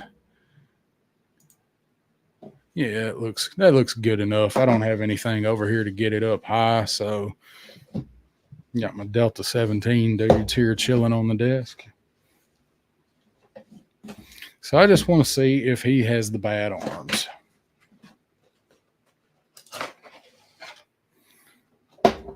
So they are both still attached. That's a good sign. That's better than some of them I've opened. Right. But, oh, I forgot he's got these things. Yeah, the old things. Oh, man. These things are the devil. I usually cut this part out. It doesn't sound that bad. Well, I just mean getting the ties cut. Oh, sure. Yeah. Oh, no, I do usually mute anything having to do with these packages. So, all right. Moment of truth. There he is. That one, left arm's good. And the right arm's good. I'm actually pulling on them a little bit. I'm not going to pull on them too much because I know what happens to these guys. So I am actually surprised and happy that nice. I was able to get another mole rat to add to my mole rat collection that does not have crappy arms. So there you have it, folks. I guess the rumors are true. They're not all pieces of shit. I'm not going to open the accessories. They're all in there. So I just thought I'd do that, and we'd all find out together whether or not this one was janky. But I got a really good deal on that one, so I'm more than happy that his arms are attached. So where can we find you at, cuz? What have you got going on coming? Oh, let's see. Yada, yada, yada. I got to make a review on the Acolyte episode 7. It's pretty freaking ridiculous and stupid. And I'm about a third of the way through it. They do the same shit in this episode. They basically show the same shit we've already seen for about half the episode. It's just from maybe a different camera angle. There's one time where you maybe like hear a sentence or see it. There's a different word maybe in there, but otherwise half the episode is half of another episode. And so we've already seen it. And then the new scenes they show are it's not good. So let me take you on a voyage and do it for you with this video. So yeah, I need to get that done, and it shouldn't take long actually. Because again, like I said, half of it they don't do anything we've already seen, any different than we've already seen. But anyway, so I got that. Otherwise, on Instagram, I will post stuff here or there, maybe give an update about a live stream coming up. It's Pop Blender 75 on Instagram, all together, lowercase. And then got a stream on Friday that I'll be doing. Like I said, I've been playing around with different time frames for that. I do have a couple things going on Friday, especially during the day. So it will probably be a night stream this come Friday night. I'll post it up on my community page and throw it on Instagram and throw the link out there. But Pop Blender on YouTube for everybody that's here right now probably knows where to go. But that's about it for now. And then next Tuesday with Matthew. And I'll get that going and community tab and all that stuff out for everybody too. You guys know what you'll be discussing yet? Will it be it's House of Thrones? I mean, unless we decide to try to figure out how to record it and put that out as a video, but if we decide to discuss the next episode next week, it's going to take the entire stream. I mean, there's just, I don't know how there's a way about it other than just, the problem with something like that real quickly is that you don't know where everyone's at when they come to watch your stream. You don't know if they're familiar with these characters. You don't know if they are. So you don't know if you need to give a little bit of backstory, a little bit of history, and you try to do it as fast as you can, just like that. But no matter when there's two people adding to a conversation, it's going to take time. And so I don't know. We're going to talk about it, figure it out. Okay. I would like to review it. Yes. Will it take a long time? It will take time. So there are other things we want to talk about as well. So we'll see. I'll let everybody know. All right, well, good deal. We'll be looking forward to it. I'll be looking forward to listening to your stream, whether I catch live or Memorex, whatever time you decide to do it. All good. So I don't really have a whole lot. I'm going to do a video that's going to be much shorter now on the Delta 17 figures that I've got, and I've got to hopefully this weekend I'll be getting to do a review on at least Docs and Jink. Keep your fingers crossed. Maybe they'll actually show up Saturday. Yeah. And when all these guys get here, I got to do some rearranging on these shelves. I'm possibly might be on with Crow if Crow does his Saturday morning show. He usually sends us an invite unless he's got something special planned. So that's up in there. Hadn't even talked to him about it yet, but that usually goes on. So other than that, we'll see you guys in the chats. Hit that like button if you have not already. I've not said that once through this whole stream. So thank you, our chat that's been here for it, and anybody might be catching the replay. And we will see you guys next time on 3-Star Draw, Pop Blender, and this has been 7's Wild. Yep. See ya. See ya.